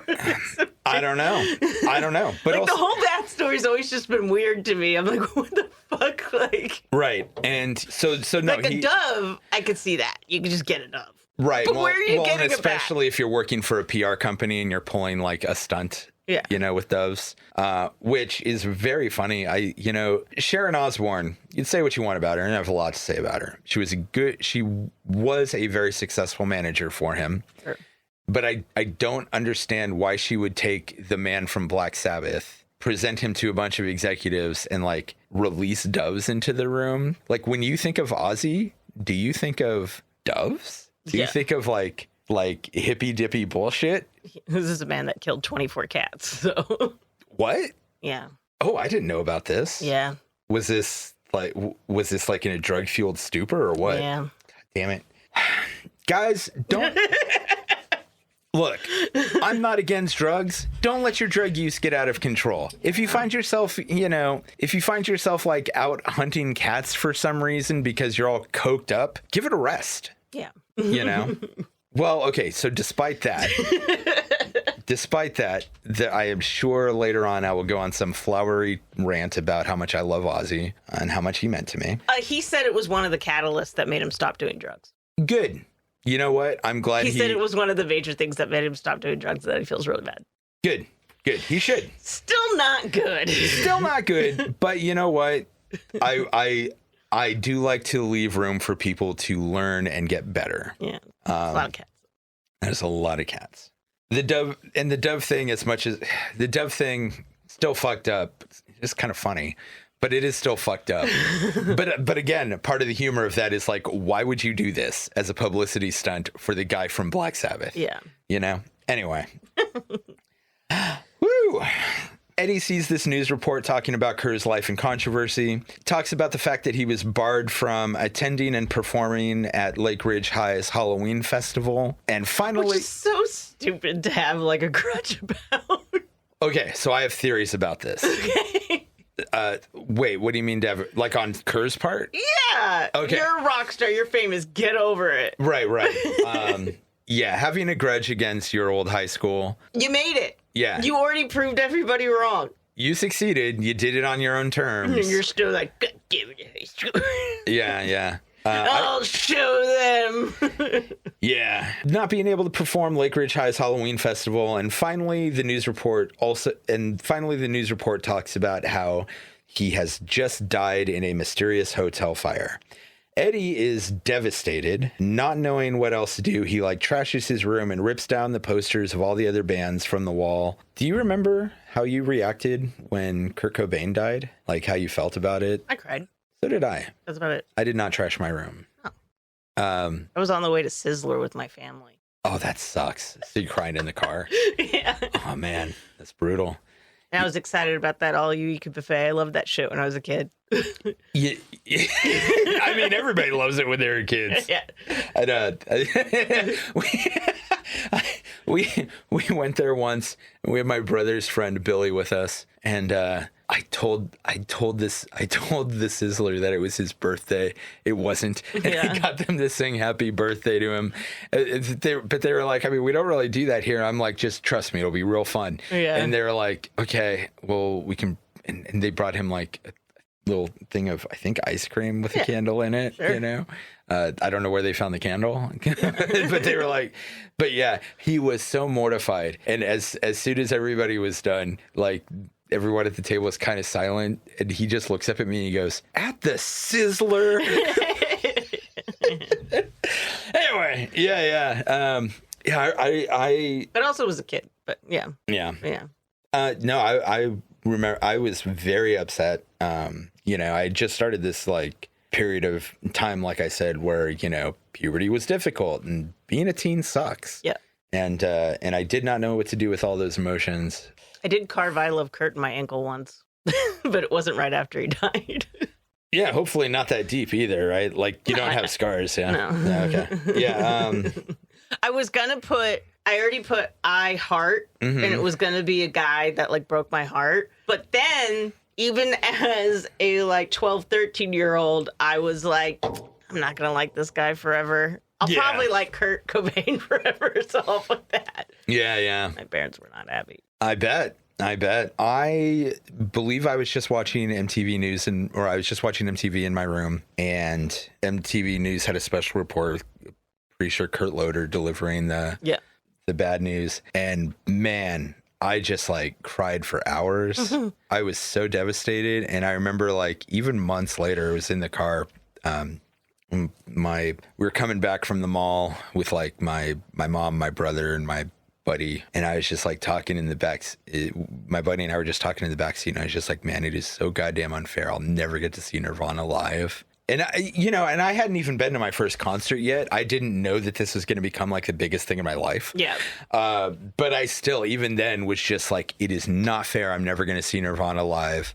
It is just such bullshit. Yeah. Kurt Cobain was great. It still bums me out that I'll never get to see them live. Yeah. It's a shame. It's a shame. Fame did not suit him well. No. Very much not. So, after this, Eddie visits his friend Nuke at the local radio station, and Nuke tries to tell him how Sammy brought this on himself, how he bought into his own hype and spent his whole life just needlessly angry. But then he reveals that Kurt gave him his last record, a one-of-a-kind acetate studio demo of his final unreleased album, Songs in the Key of Death, which he asked to be played on Halloween at midnight. He gives this record to Eddie, saying that he's got a copy on tape that he'll play and that Kerr would want him to have it. But he also says he'll be playing it in tribute to Kerr and that it was Kerr's idea to play it on Halloween, which kind of implies, in my opinion, that he's in on Sammy Kerr's plan. I don't think he does know. It doesn't seem like it. I think he does. And he even specifically says when he hands the record to Eddie, he looks him in the eye and he goes, he's in here. Oh. And it's... So getting into spoilers, later on, Nuke is not at the radio station. I thought he got killed. there's no evidence that he was ever there. And he does mention during this scene that the album is already on a tape, right? Which means which you could interpret as he's made a tape copy of it, but why would you play that on the air instead of like the better sounding record? What I think he meant was that the show is already taped. And at the midnight show, he plays the music backwards. He doesn't play it forwards. And if you are not investigating the backwards masking, and if you're not aware of the, like, basically the spell being hidden in the record when you play it backwards, why would you do that? I don't know. Maybe it is. I don't know. So yeah, I actually think that Nuke is in on. So this is my big theory about this movie.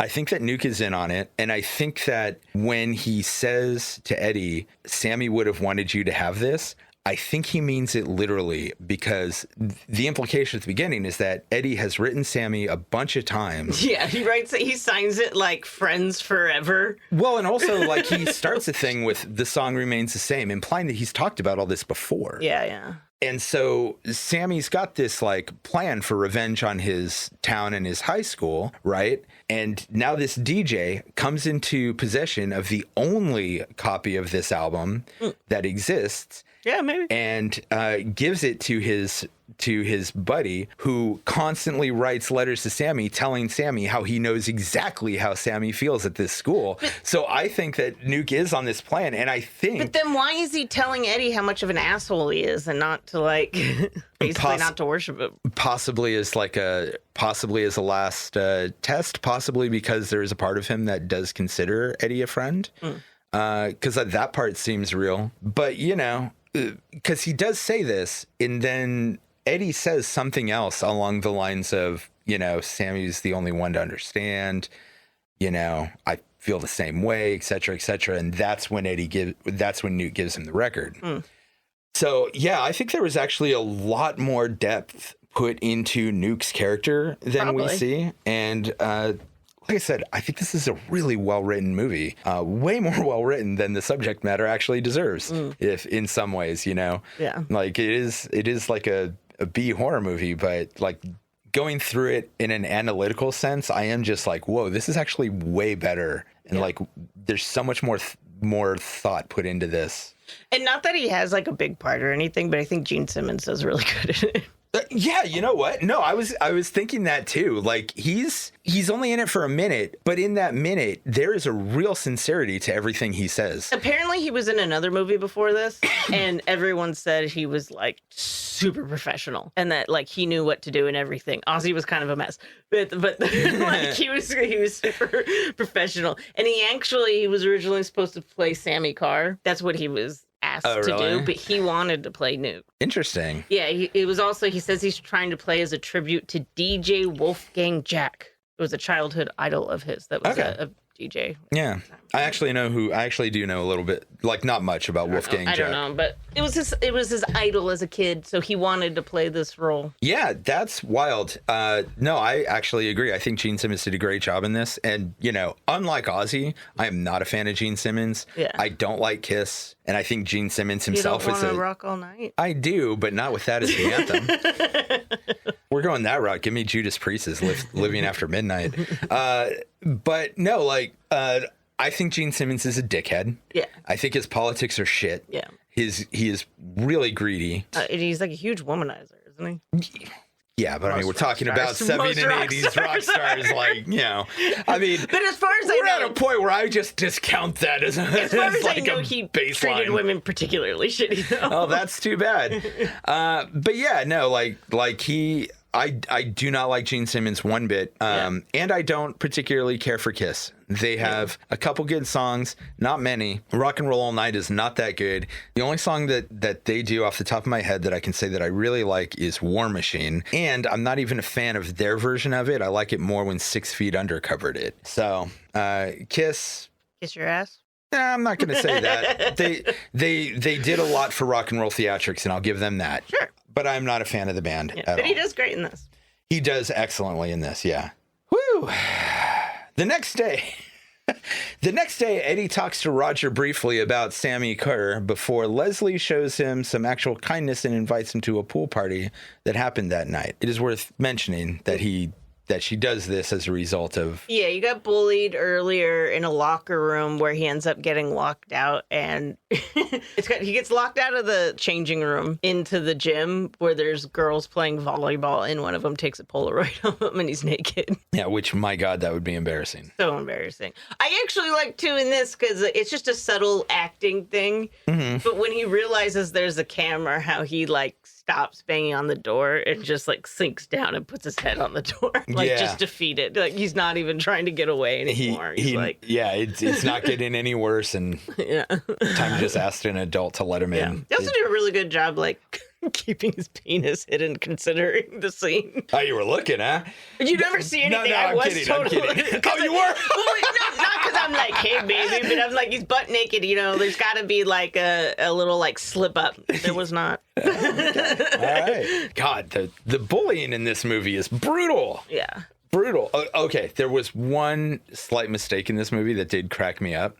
There's a part where, like, it's so small, I was never going to mention this, but there's a part where Tim walks up to Eddie, like, in the hallway and, like, just, like, tussles his hair for a second. And they, I swear to God, like, blew his hair up so fucking high and put so much hairspray in it. I was just like, is this a fucking cartoon? Yes.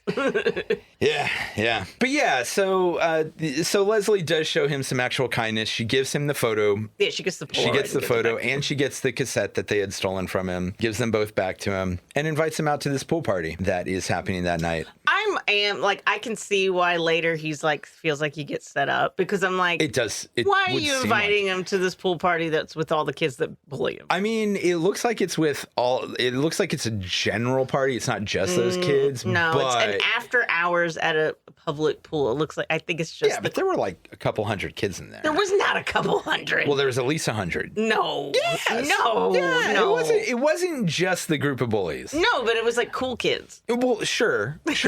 A school of this size will have a fair number of cool kids, probably one or 200. I don't think it was. But whatever. Yeah, it doesn't matter. So yeah, Eddie goes to the party, but he ends up getting more bullying and actually almost drowns due to a prank by Tim. Which this does kind of annoy me in this. He doesn't whether he can swim or not, I don't give a fuck. He doesn't try to do anything. He just kind of sinks to the bottom. He doesn't actually try to like do anything. He's just like, oh no. Well, it looked to me like he was trying to get the backpack off, because he does have that backpack on, which they slipped the weight into. I guess. I don't know. It just didn't seem like he was doing anything to me. He might also have just been panicking. Yeah, maybe. But I thought he was trying to get the backpack off, but you might be right. Yeah, so this whole thing happens, and he ends up blowing up at Leslie, who he believes has set him up. And honestly, there's no reason not to believe this, except that, except from the audience point of view, we can see it wasn't a setup, but there's no reason for him not to. Yeah, I would believe absolutely be on the same page. Oh, yeah, yeah, for sure. Eddie goes home, puts the record on, and kind of falls asleep, and has this creepy dream about Sammy Kerr and what I think is supposed to be the ritual that led to the hotel fire. Yeah, I assume so. Eddie finds that Also, shout out to old movies. People really set on fire. Yeah. I don't know why that's become like a thing for me, but it really has. Because it looks so much better. It just looks so bad. And I don't feel like we've gotten any better at it. No. CG fire seems to be like the hardest thing in the world. Fire seems to be like the hardest thing in the world to do on CG. And like it never looks It's good. all just like placed over it. Yeah. It never feels attached. Yeah. And like use it for background stuff. Yeah.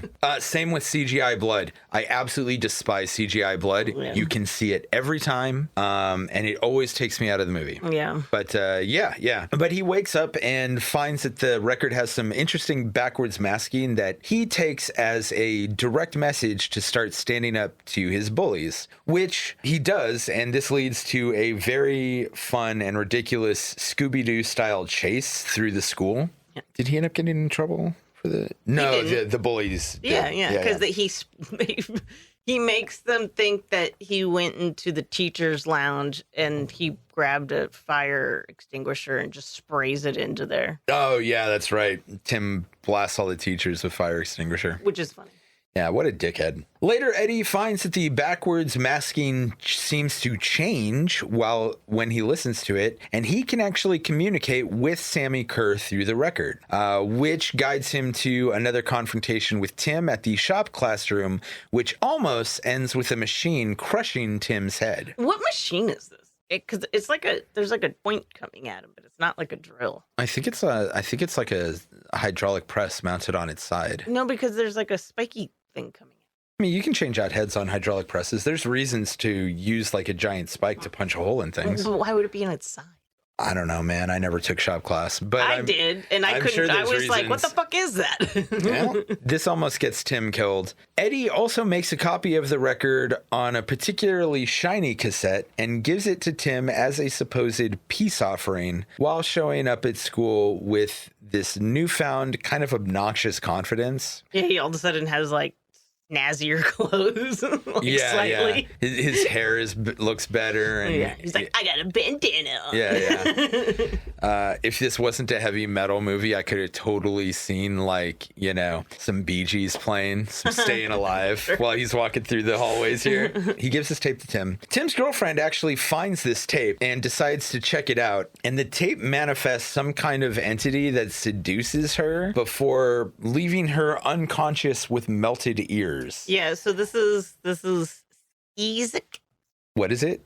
Skeezyx, Skeesyx. Okay. And it's supposed to be a mascot for Kerr.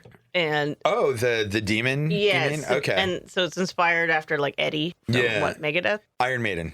Which I actually think this Eddie is named after. Oh, maybe. But yeah, so it's supposed to be like Eddie, and apparently they didn't Wait, sorry, did I say Megadeth? Yeah. Did I say Iron Maiden? I said Megadeth, you said Iron Maiden. Okay, all right. Just want to make sure that I'm not, flubbing my heavy metal cred here. I have no heavy metal cred, so sorry.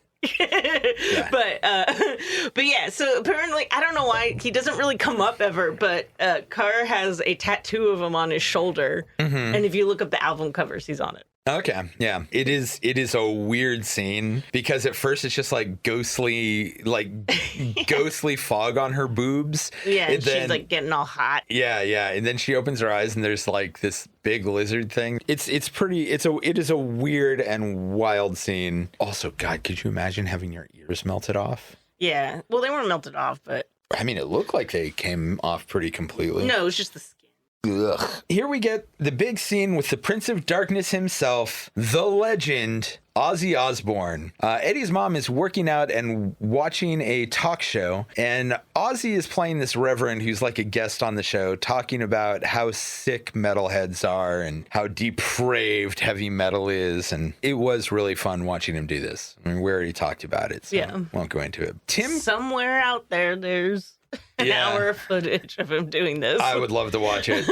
Just babbling on these dumb talking points that say nothing. Well, a lot of people complain about because there's not any good like releases of this movie. Mm-hmm. Like there's a DVD or a Blu-ray of it, but it's just the movie and it doesn't have any behind the scenes. Oh, something they could add on there. Yeah. Tim comes to Eddie's house to confront him, and initially he's aggressive, but he becomes scared of Eddie when some candles in the pumpkins on his porch flare up as he approaches. Awesome. It does look kind of cool. I would really love to be able to just be like, whoa, and have these pumpkins in front of me flare up. When we were out shopping the other day, this guy at one of the fabric stores was telling us how he would make flaming pumpkins with kerosene and toilet paper. Oh. And I'm like, man, that sounds so cool. Don't believe I would be advising anybody in California to do that ever. Oh.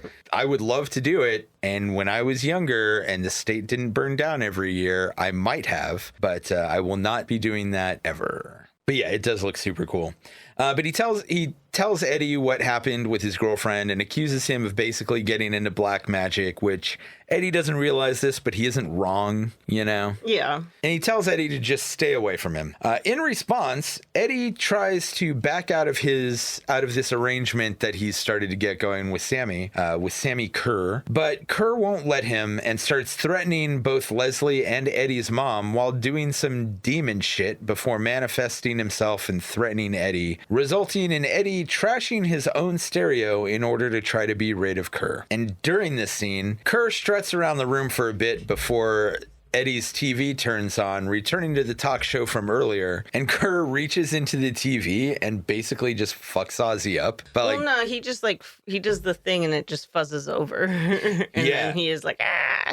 Yeah. That's why I didn't really describe it, because all I can say is he just fucks Ozzy up somehow. No, I like all the TV gags. Because later he pulls a woman out, a news woman or something out of the TV, and she's just bones. It's like a city council member who knew the Reverend. Oh yeah. I said, all of these characters are way more well written than they should be. I shouldn't have been able to pick up on that, I don't think, but it's pretty well done in the dialogue. Yeah, but it's all because it's all satiring all the stuff that was actually going on then. yeah, but I mean, even their connection, I don't think I should have picked up on, because it was so in passing. Yeah. But then also we do hear later that the Reverend did die when Sammy did that. They said he had an embolism or something. Yeah. I don't know what it was. I don't remember. Well, I wonder, I'm not that matters, but I'm what's the perspective of that woman getting pulled through the TV of the other people? Oh, I know, right? Because they show her just turn to dust and bones. Yeah. And I'm so she just disappeared? What happened? Yeah, also when that happens, I really love that they show the aftermath of Eddie trying to vacuum up her corpse. Yes, I love that. Because also, if you've ever tried to vacuum up ashes, it just blows right back out. Yeah. But also, yes, it's ash, but there's also some burnt matter that's still together. And he's just running the vacuum over it. I did laugh at that. It's so fucking good. Eddie asks Roger to go on a reconnaissance mission and get the tape from Tim's car, because he's figured out he needs to destroy all these recordings, which Roger does. It's also another funny scene where he's trying to break into the car and then he realizes it's just unlocked. Oh, also really funny that he's dressed like a burglar. Yeah, I know. Yeah.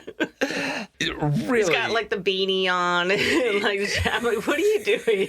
Just trying to stand out as much as possible. Yeah. Why didn't you just put on a striped shirt and a mask while you're at it, Roger's able to get the tape. For some reason, Eddie does not tell Roger not to listen to the tape. He just asks him to destroy it, which, this would sound crazy, so you know what's going to happen. Yeah. So Roger, of course, gives it a listen, manifesting Sammy Kerr, and Kerr instructs Roger to play the tape at midnight or die. And just to show he's serious, he pulls out another anti-heavy metal lady out of the TV, killing her. Yeah. This is the girl that turns to dust, and then we see him so I guess it was Roger who was vacuuming. Okay. Yeah, I thought it was. A bumbling but Roger. It's funny, just this vacuuming. Vacuum and just over basically this giant fake torso, and I'm you're not gonna get the whole thing in there, buddy. It's so Need a good. dustpan for that. Yeah. So Leslie calls Eddie from the Halloween party dance thing, and he hears that Roger has, for some reason, put on the tape. So he tries to rush to the school, but Kerr, who is still present in another cassette that is in the car tape deck, takes control of the car and tries to kill Eddie, which there's a nice reference to Christine in this scene with the car on fire and all that. Yeah, and Eddie manages to escape and destroys the tape. So I did notice also, I think there's a lot of references to other horror movies in this, and I'm wondering how... when I noticed it, I always just figured they were sort of homages, having a reference to Freddy Krueger and half of Sammy's face being burned. Well, one of the special effects guys worked on it, and he just left Nightmare on Elm Street too. Oh, really? Yeah, so that makes sense. And then, of course, they've got the Christine thing and all that. But I also did happen to watch... and I didn't actually know it was going to be Trick or Treat, but I happened to watch Red Letter Media's Best of the Worst that involves Trick or Treat. Oh. And they brought up this idea, which was a totally different take than I had, where they were I think they were trying to insert all of these other elements from other horror movies to try to make one of them stick and capitalize on it. And they're I don't know. I don't know about that. I like I said, I think that a lot of care actually went into this movie. Yeah. And I don't think that they were just trying to throw shit at a wall and see what sticks. But also, when they watch these, they're sitting there goofing off and drinking. And I was actually sitting there with a pen and paper being okay, so I do have a problem here, though. What the fuck kind of school-sanctioned dance party just has a boombox out and lets all the students put whatever tape they want in there.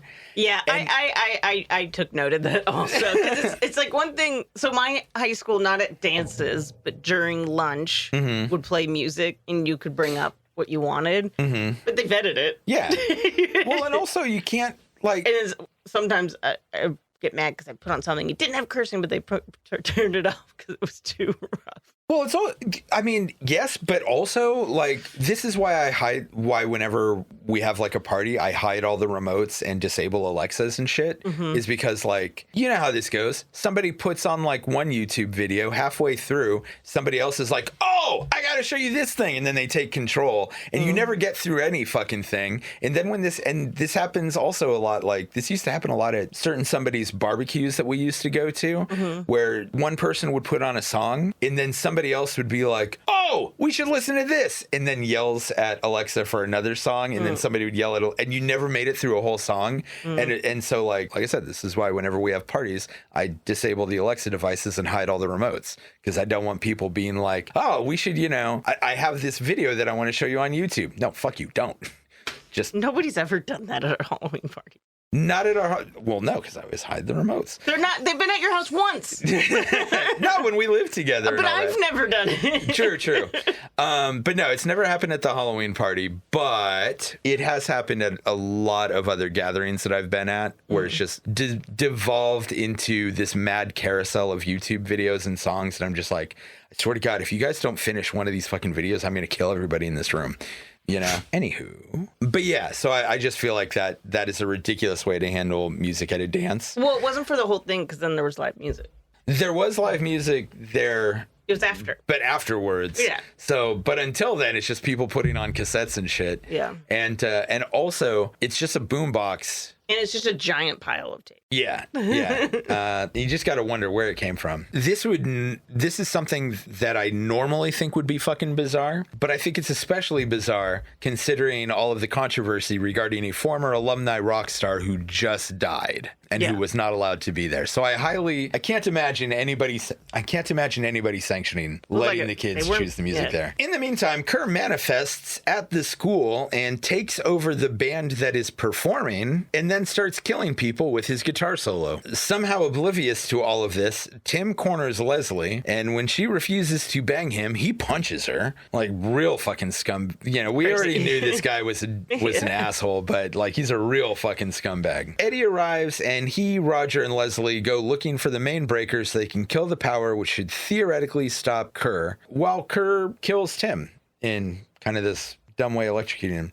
Also, for some reason, when he manifests here and only here, they use the proton pack sound effect from Ghostbusters.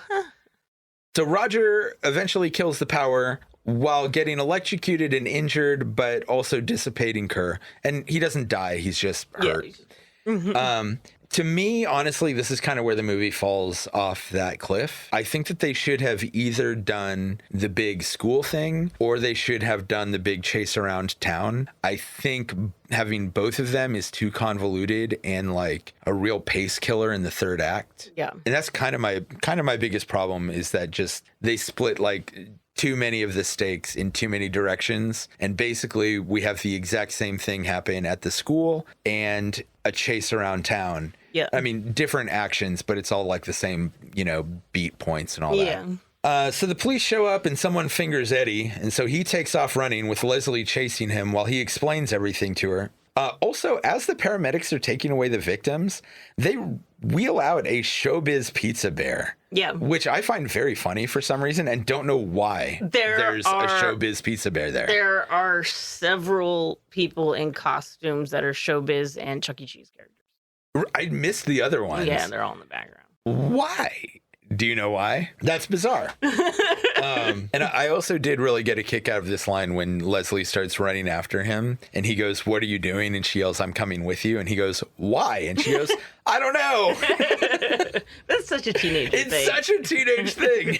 So they try to call the radio station to stop Nuke's tribute play of Sammy Kerr's album, but they can't get a hold of anyone at the station. So Kerr starts chasing them around town, causing a bunch of havoc. He kills this one cop in this real dumb cartoonish way, just like leaves his shoes smoking there. which is like, in my opinion, the stupidest part of the movie. And oh yeah, this is just a part where I was talking about how I think Nuke is in on it. Yeah. But there is one other thing here.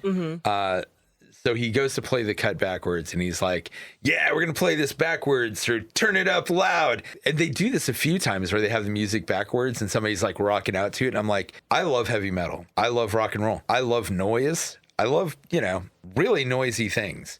Playing a song backwards, playing a rock song backwards, a heavy metal song backwards, never results in like an enjoyable listening experience. Yeah, but if you notice, they don't change the music to go backwards. It's only the vocals. No, they do change the music to go backwards. Not when he first does it. No, I rewound it multiple times and I was like, they don't change the music at all. No, the guitars are absolutely running backwards. And like I said, maybe here, but in the very beginning, it's why the drums have that sound going, it's because that's what drums sound like backwards. It's annoying. And it annoys me every time they do it. Like there are songs that I've heard where somebody will play, where they will like play part of something backwards for whatever reason. One of my favorite songs by this doom band from around here, Broom, has a segment where the song turns kind of acousticy and is playing backwards for a bit, and it sounds great, but it works well as like an accent or a breakdown or a drop or a bridge in a song. It doesn't work as a song itself. Yeah. Except for Danzig's Can't Speak, but at the very least, they at least played the drums forwards on that and just had the guitars backwards.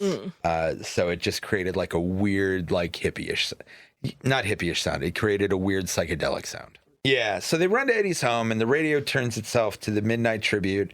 So Eddie destroys every electronic device in the house. I don't know why.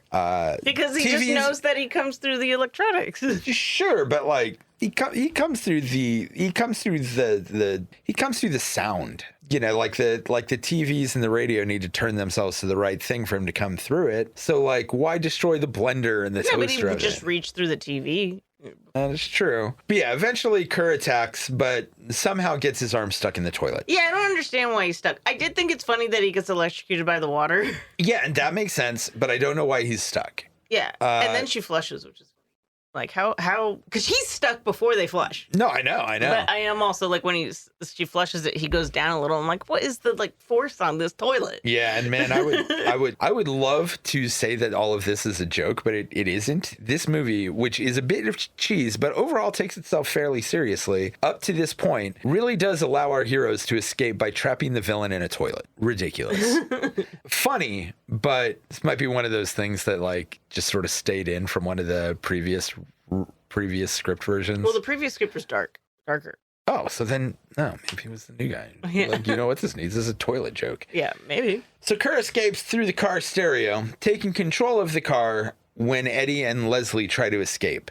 They steal a police car and go to the radio station to find the security guard there dead. We don't actually see anything that shows whether Nuke was at the radio station or not, which, as we talked about before, I think is an implication that the show is pre-recorded. Yeah. And that he knew what was going to happen. But we don't know for sure. There's a lot of ambiguity about this, but I think it's a definite possibility in my head canon that he does know. Sure. Eddie tricks Kerr into manifesting inside of the security cage of the police car while Leslie stays back at the radio station to destroy all of the remaining copies of the album. Which this is also funny because he's in the back and he keeps touching the metal cage and getting like electrocuted from himself. Yeah. Stop touching the cage. Yeah, but also touched other metal. You've touched plenty of metal things. But now he's all charged up. Yeah. Because the thing was being played. Oh, yeah. So now he's all charged up. But he's like, he keeps touching it and being like, ah. It's like, just stop touching the cage. Yeah, for real. Try to find another way out, bro. Yeah. So eventually Eddie just drives the car off of a bridge into the water below. I gotta tell you, this also drives me nuts. Why doesn't he get electrocuted? Why doesn't he die from many reasons? No, because they show the water all electrocuted.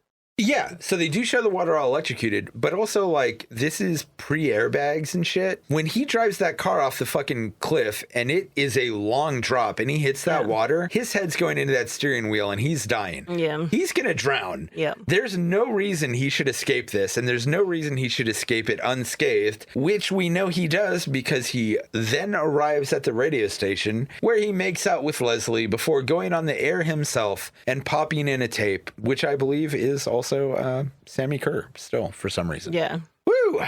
Lots going on here. Yeah. How did you like this movie? I like it, but I don't love it. I think it's like a little dull. I'd like to see more going on with Carr. And yeah, I agree. Like, I feel like the whole party thing should have been like a Carrie-esque takedown or something. Yeah. I will say, I do think the whole thing about, you know, shooting energy out of his guitar solo to kill people was not my favorite horror movie method of execution. Yeah, I mean, I was surprised how much I liked this movie. It's funny. I actually, when you suggested we do this one, I actually mixed it up in my head with a different movie about a demonic rock and roll band. But I don't remember the name of that movie because I thought it was this. But it like takes place. You've seen it with me. Joe Bob has shown it. But like the band actually transforms into demons while they're playing. Oh yeah, I don't know. Do you remember what movie this was? No, I don't. I mentioned being pretty sure that Eddie was probably chosen due to Iron Maiden's mascot, Eddie. Maybe, yeah. Eddie.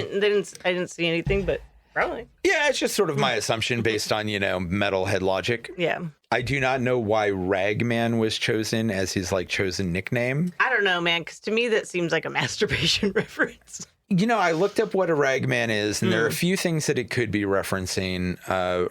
I just knew guys growing up that had special rags. A crusty rag by their bed. There's this one Andrew Dice Clay joke, which I do not like Andrew Dice Clay. The guy was a piece of shit, but he had one joke which did make me involuntarily laugh, where he said, I have one rag at home that's taken so many loads, I framed it. Like, that's fucking so gross. It was gross. It is so gross. All right. What was it? So there is a comic book character with the name Ragman. It's also like refers to somebody who collects and sells unwanted items. Yeah, it's basically it just seems like somebody who collects and sells unwanted things. So I don't know. Could also be a reference. I could also see it being a reference to like cars. Don't show him, but he doesn't ever work on cars or anything. Yeah. Yeah, I don't know. It's a weird name. We did talk about this earlier, and it makes more sense. But I did have a note here about not being sure about the motivations of the movie, because on one hand, casting Ozzy and Gene Simmons, and as well as the way the anti-rock and anti-metal characters are portrayed as out of touch and dumb, really does seem to be sympathetic to heavy metal. But also, like, Sammy Kerr being this irredeemable, hate-filled piece of shit who literally sacrifices himself for revenge on his high school. Yes. Despite being a big, like, rich rock star at this point. Yeah. Like, you wanted life, dude. Stop. Yeah. Go have sex with some chicks. Go do some blow off of some hookers' butts, you know? Yeah. I don't know. Like, move on. Yeah, move on. Unrelated to anything really, but the Sammy Kerr, he looks like to be, which I don't think they're related anyway. He just happens to look like to me. Kind of looks like the trickster from Brain Scan. Oh, okay, yeah. They have like this similar nose and like hair and everything, but I don't know why. Just watching it, I'm like, reminding me of it. Yeah.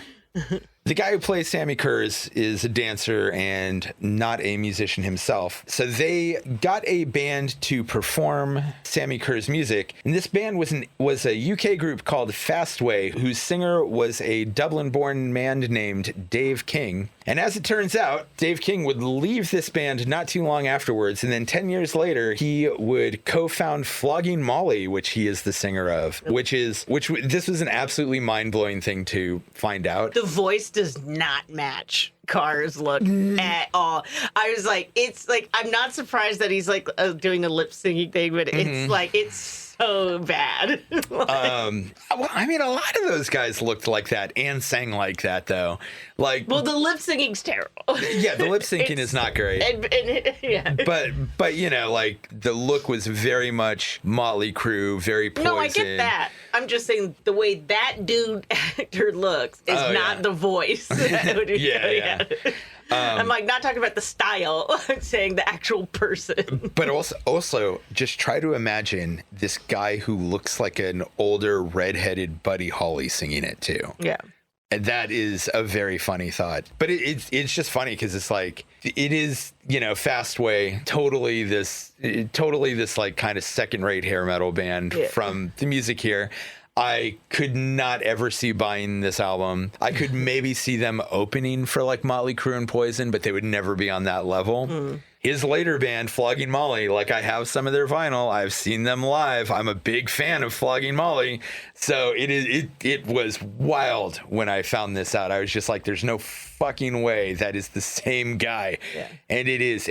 Dude, I spent like an hour just like going through like different Flogging Molly and Fastway songs, being like just trying to like hear that similarity. And eventually I could pick out like some similar tones, but I was just like, man, what a wild shift. Yeah. And that's fine. As a musician, I have gone through many wild shifts in genre, and I think most people who really love music, who play music, do these different things. But it was just, this was not an expected one. What's funny is AC/DC was originally the planned people to do the music, but they couldn't because they were doing Maximum Overdrive. I love that stupid movie. That movie is so bad. I don't think I did. But no, it's bad in like this really great way. Like it's real dumb. Well, God, we should definitely do that movie. Okay, so I also noticed for a movie titled Trick or Treat that takes place during the Halloween season and has one of its several climaxes take place at a Halloween party, it has shockingly little to do with Halloween as a whole. It doesn't really have anything. Yeah. It's barely even mentioned. I think it says a lot about how important Halloween was to the movie that half of the costumes seem to have been from Chuck E. Cheese and Showbiz Pizza. You know? Well, I know like the post-production stuff was like rushed so that they could make an October day. Yeah, and I don't know if I mentioned it on the recording, but yeah, I did watch this movie with Katie, and she really liked it, and I was really surprised at that because she's not like, you know, she likes horror movies, but she's not super into like the schlocky B movie kind of. It's not really a B movie. No, like it's acted well. It looks good. Like I said, it is a better movie than honestly, I think it's a better movie than its premise deserves. If you just describe it to somebody, it's about a demonic rock star who has come back from the dead to exact revenge on his high school. That sounds lower than B-. That sounds like C movie. Yeah, the high school thing. It's just like, why? Right. Well, you know what? We know some people who can't get out of high school. Yeah. And some of them are bitter against. But he could have just wanted to be like a literal rock god. Sure, which he achieved. But you know what? I don't know, man. I'm sure it is not anybody would have ever. I'm sure this is not a thought anybody would have had like during the time period. But there was a moment where I was watching it and I was like, man, this is a real convoluted way to become a school shooter. Oh, God. Because it is, right? It's this grown man coming back to exact revenge on his high school, killing a bunch of the students and shit. Sure. Like it is. And I don't say that as a joke, you know? Yeah. I also don't know that I would specifically say that the movie is ahead of its time per se, but I do think that its focus on parasocial relationships is really interesting and forward thinking. As you mentioned, Nuke does talk to him specifically about this, and he doesn't use the term parasocial relationship. Yeah. But he does say, like, you didn't know him. Yeah. You know, this isn't specifically to you. And like I said, I do think that this is kind of either a test or giving him one last out before he gives him the record. Because the more I watched it and the more I thought about it, the more I do think Sammy Kerr chose him specifically. Yeah. But yeah, there's also a part where like Sammy Kerr says something like, be loyal to your heroes or they might turn on you. Yeah. And yeah, like well, he kills like the bully and stuff like right after they say shitty things. Yeah, and I just parasocial relationships have a way of getting really out of hand, and people get a little too obsessed. And I know that there's probably a point in time at which I was a little too obsessed with Trent Reznor. I don't think I was ever weird about it. I didn't like send him bizarre letters or anything. But as I think I've mentioned on the show before, the whole reason I became a musician was because of March of the Pigs, because of the Downward Spiral. Like, it really changed my perception of what music could be, and I was like, I want to do this. Yeah. And there was a long time where like the corner of my room where I had my keyboards set up was just covered in pictures of Trent Reznor. And Really? yeah, and it wasn't exactly a weird shrine, but it was just like it was specifically because when I would get discouraged or feel like I was running out of musical ideas, or taking any one of the millions of rejections that you get as a musician, it would just be right there to remind me, like, no, he can do this. He did it on his own terms. I can do it, and I can do it on my own terms as well. Yeah. You know, when I talk about Trent Reznor being like kind of a hero and an idol, I know how stupid that sounds, but it's also like really true. Yeah. The amount at which his music actually did change my life cannot be overstated. Yeah. So, who would you recommend this movie for?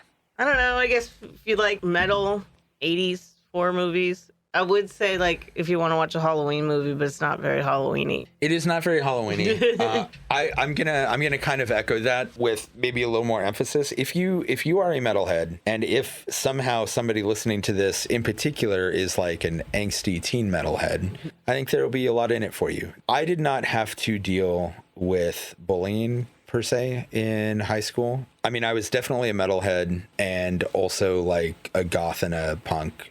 Kind of all those things. In those days, I would not have said that I was a punk. I would have just said I was like a metalhead. Yeah. And I definitely understood a lot of the like angst and some of the feelings of being isolated and alone that come with all of that. But I also wasn't actually isolated and alone. I did have a fair number of friends, and I didn't have to deal with any bullying because, you know, I was like the I would not classify myself as a popular kid. Because that's like a specific personality type in high school. But I was like the goth on the football team. So, you know, I did have whatever group I could drift to any like group, and I would have friends there. Yeah. That's what being popular is. No, I know, but there's being popular, and then there's being like one of the popular I don't know. kids. You told me that you and were assholes. Me and Yeah. I mean, wasn't that? Or, yeah, you told me she was like a bitch. Oh, she is a bitch. You literally said in high school that you realized that you were an asshole, and that her and you were assholes, and you're like, I changed and became a better person. She got fake tits. Oh, okay. Not in exactly the same way. There was a single year that I really did not understand. This whole conversation is probably going Yeah, I'm like, we don't have to go to a thing. I'm just saying, you said, I wasn't like that. I'm like, you said you were. No, so there was one year actually right after high school where I was still like really dealing with a lot of not understanding my emotions and all of that, and just really not understanding anything. And I was like getting real angry, and it was kind of becoming like a defining thing, was just being angry. A lot of my friends had like their dickish things, but I felt like I was becoming the angry person in the group. I definitely was not a bully or anything, because despite my anger, I wanted to be well liked. I did know that I liked being the center of attention, and I liked being a performer. And so yeah, it wasn't so much that I was an asshole. It was more just like I could feel like there was a level of anger that was coming up that I didn't know what it was or where it was coming from, because it's not like I had like a real rough childhood or anything. Yeah. You know, I came from a real loving family. We weren't like, I wasn't living in a rough neighborhood. Yeah. It was just like, basically, like I said, I struggled a little bit with puberty to a bit of an extreme degree. Yeah. Also, there was a medication that I was on for this one year that I think heavily contributed to things. But no, like there was a point in time at which I did see that this was in me, and I was like, well, I don't think I want to be that person. Sure. So I just started working on not. Yeah. And I'm not going to lie, that anger still sits in there. and that rage still sits in there, and I still don't know why they're there. I've gone to therapy, I've talked about it, and it's just I don't know, it's just there, and it's just, you know, something that occasionally takes some management. Yeah. But, you know, I don't think that that's necessarily unusual. I think being a decent person is, as you've heard me say, I don't think being a decent person is a state. It's like thing that you constantly have to work on. It's a journey. Yeah. So, you know, yeah, maybe some of that will stay in there. But yeah, no, I just, I don't think I was an asshole per se. I just think that I had some anger issues that would make me harsher than I needed to be. But I wasn't like a bully or anything like that. Yeah. I just needed to sort my head out, which I recognized, and I did at a thankfully young age. Good times. But yeah, there's a real long way to get here.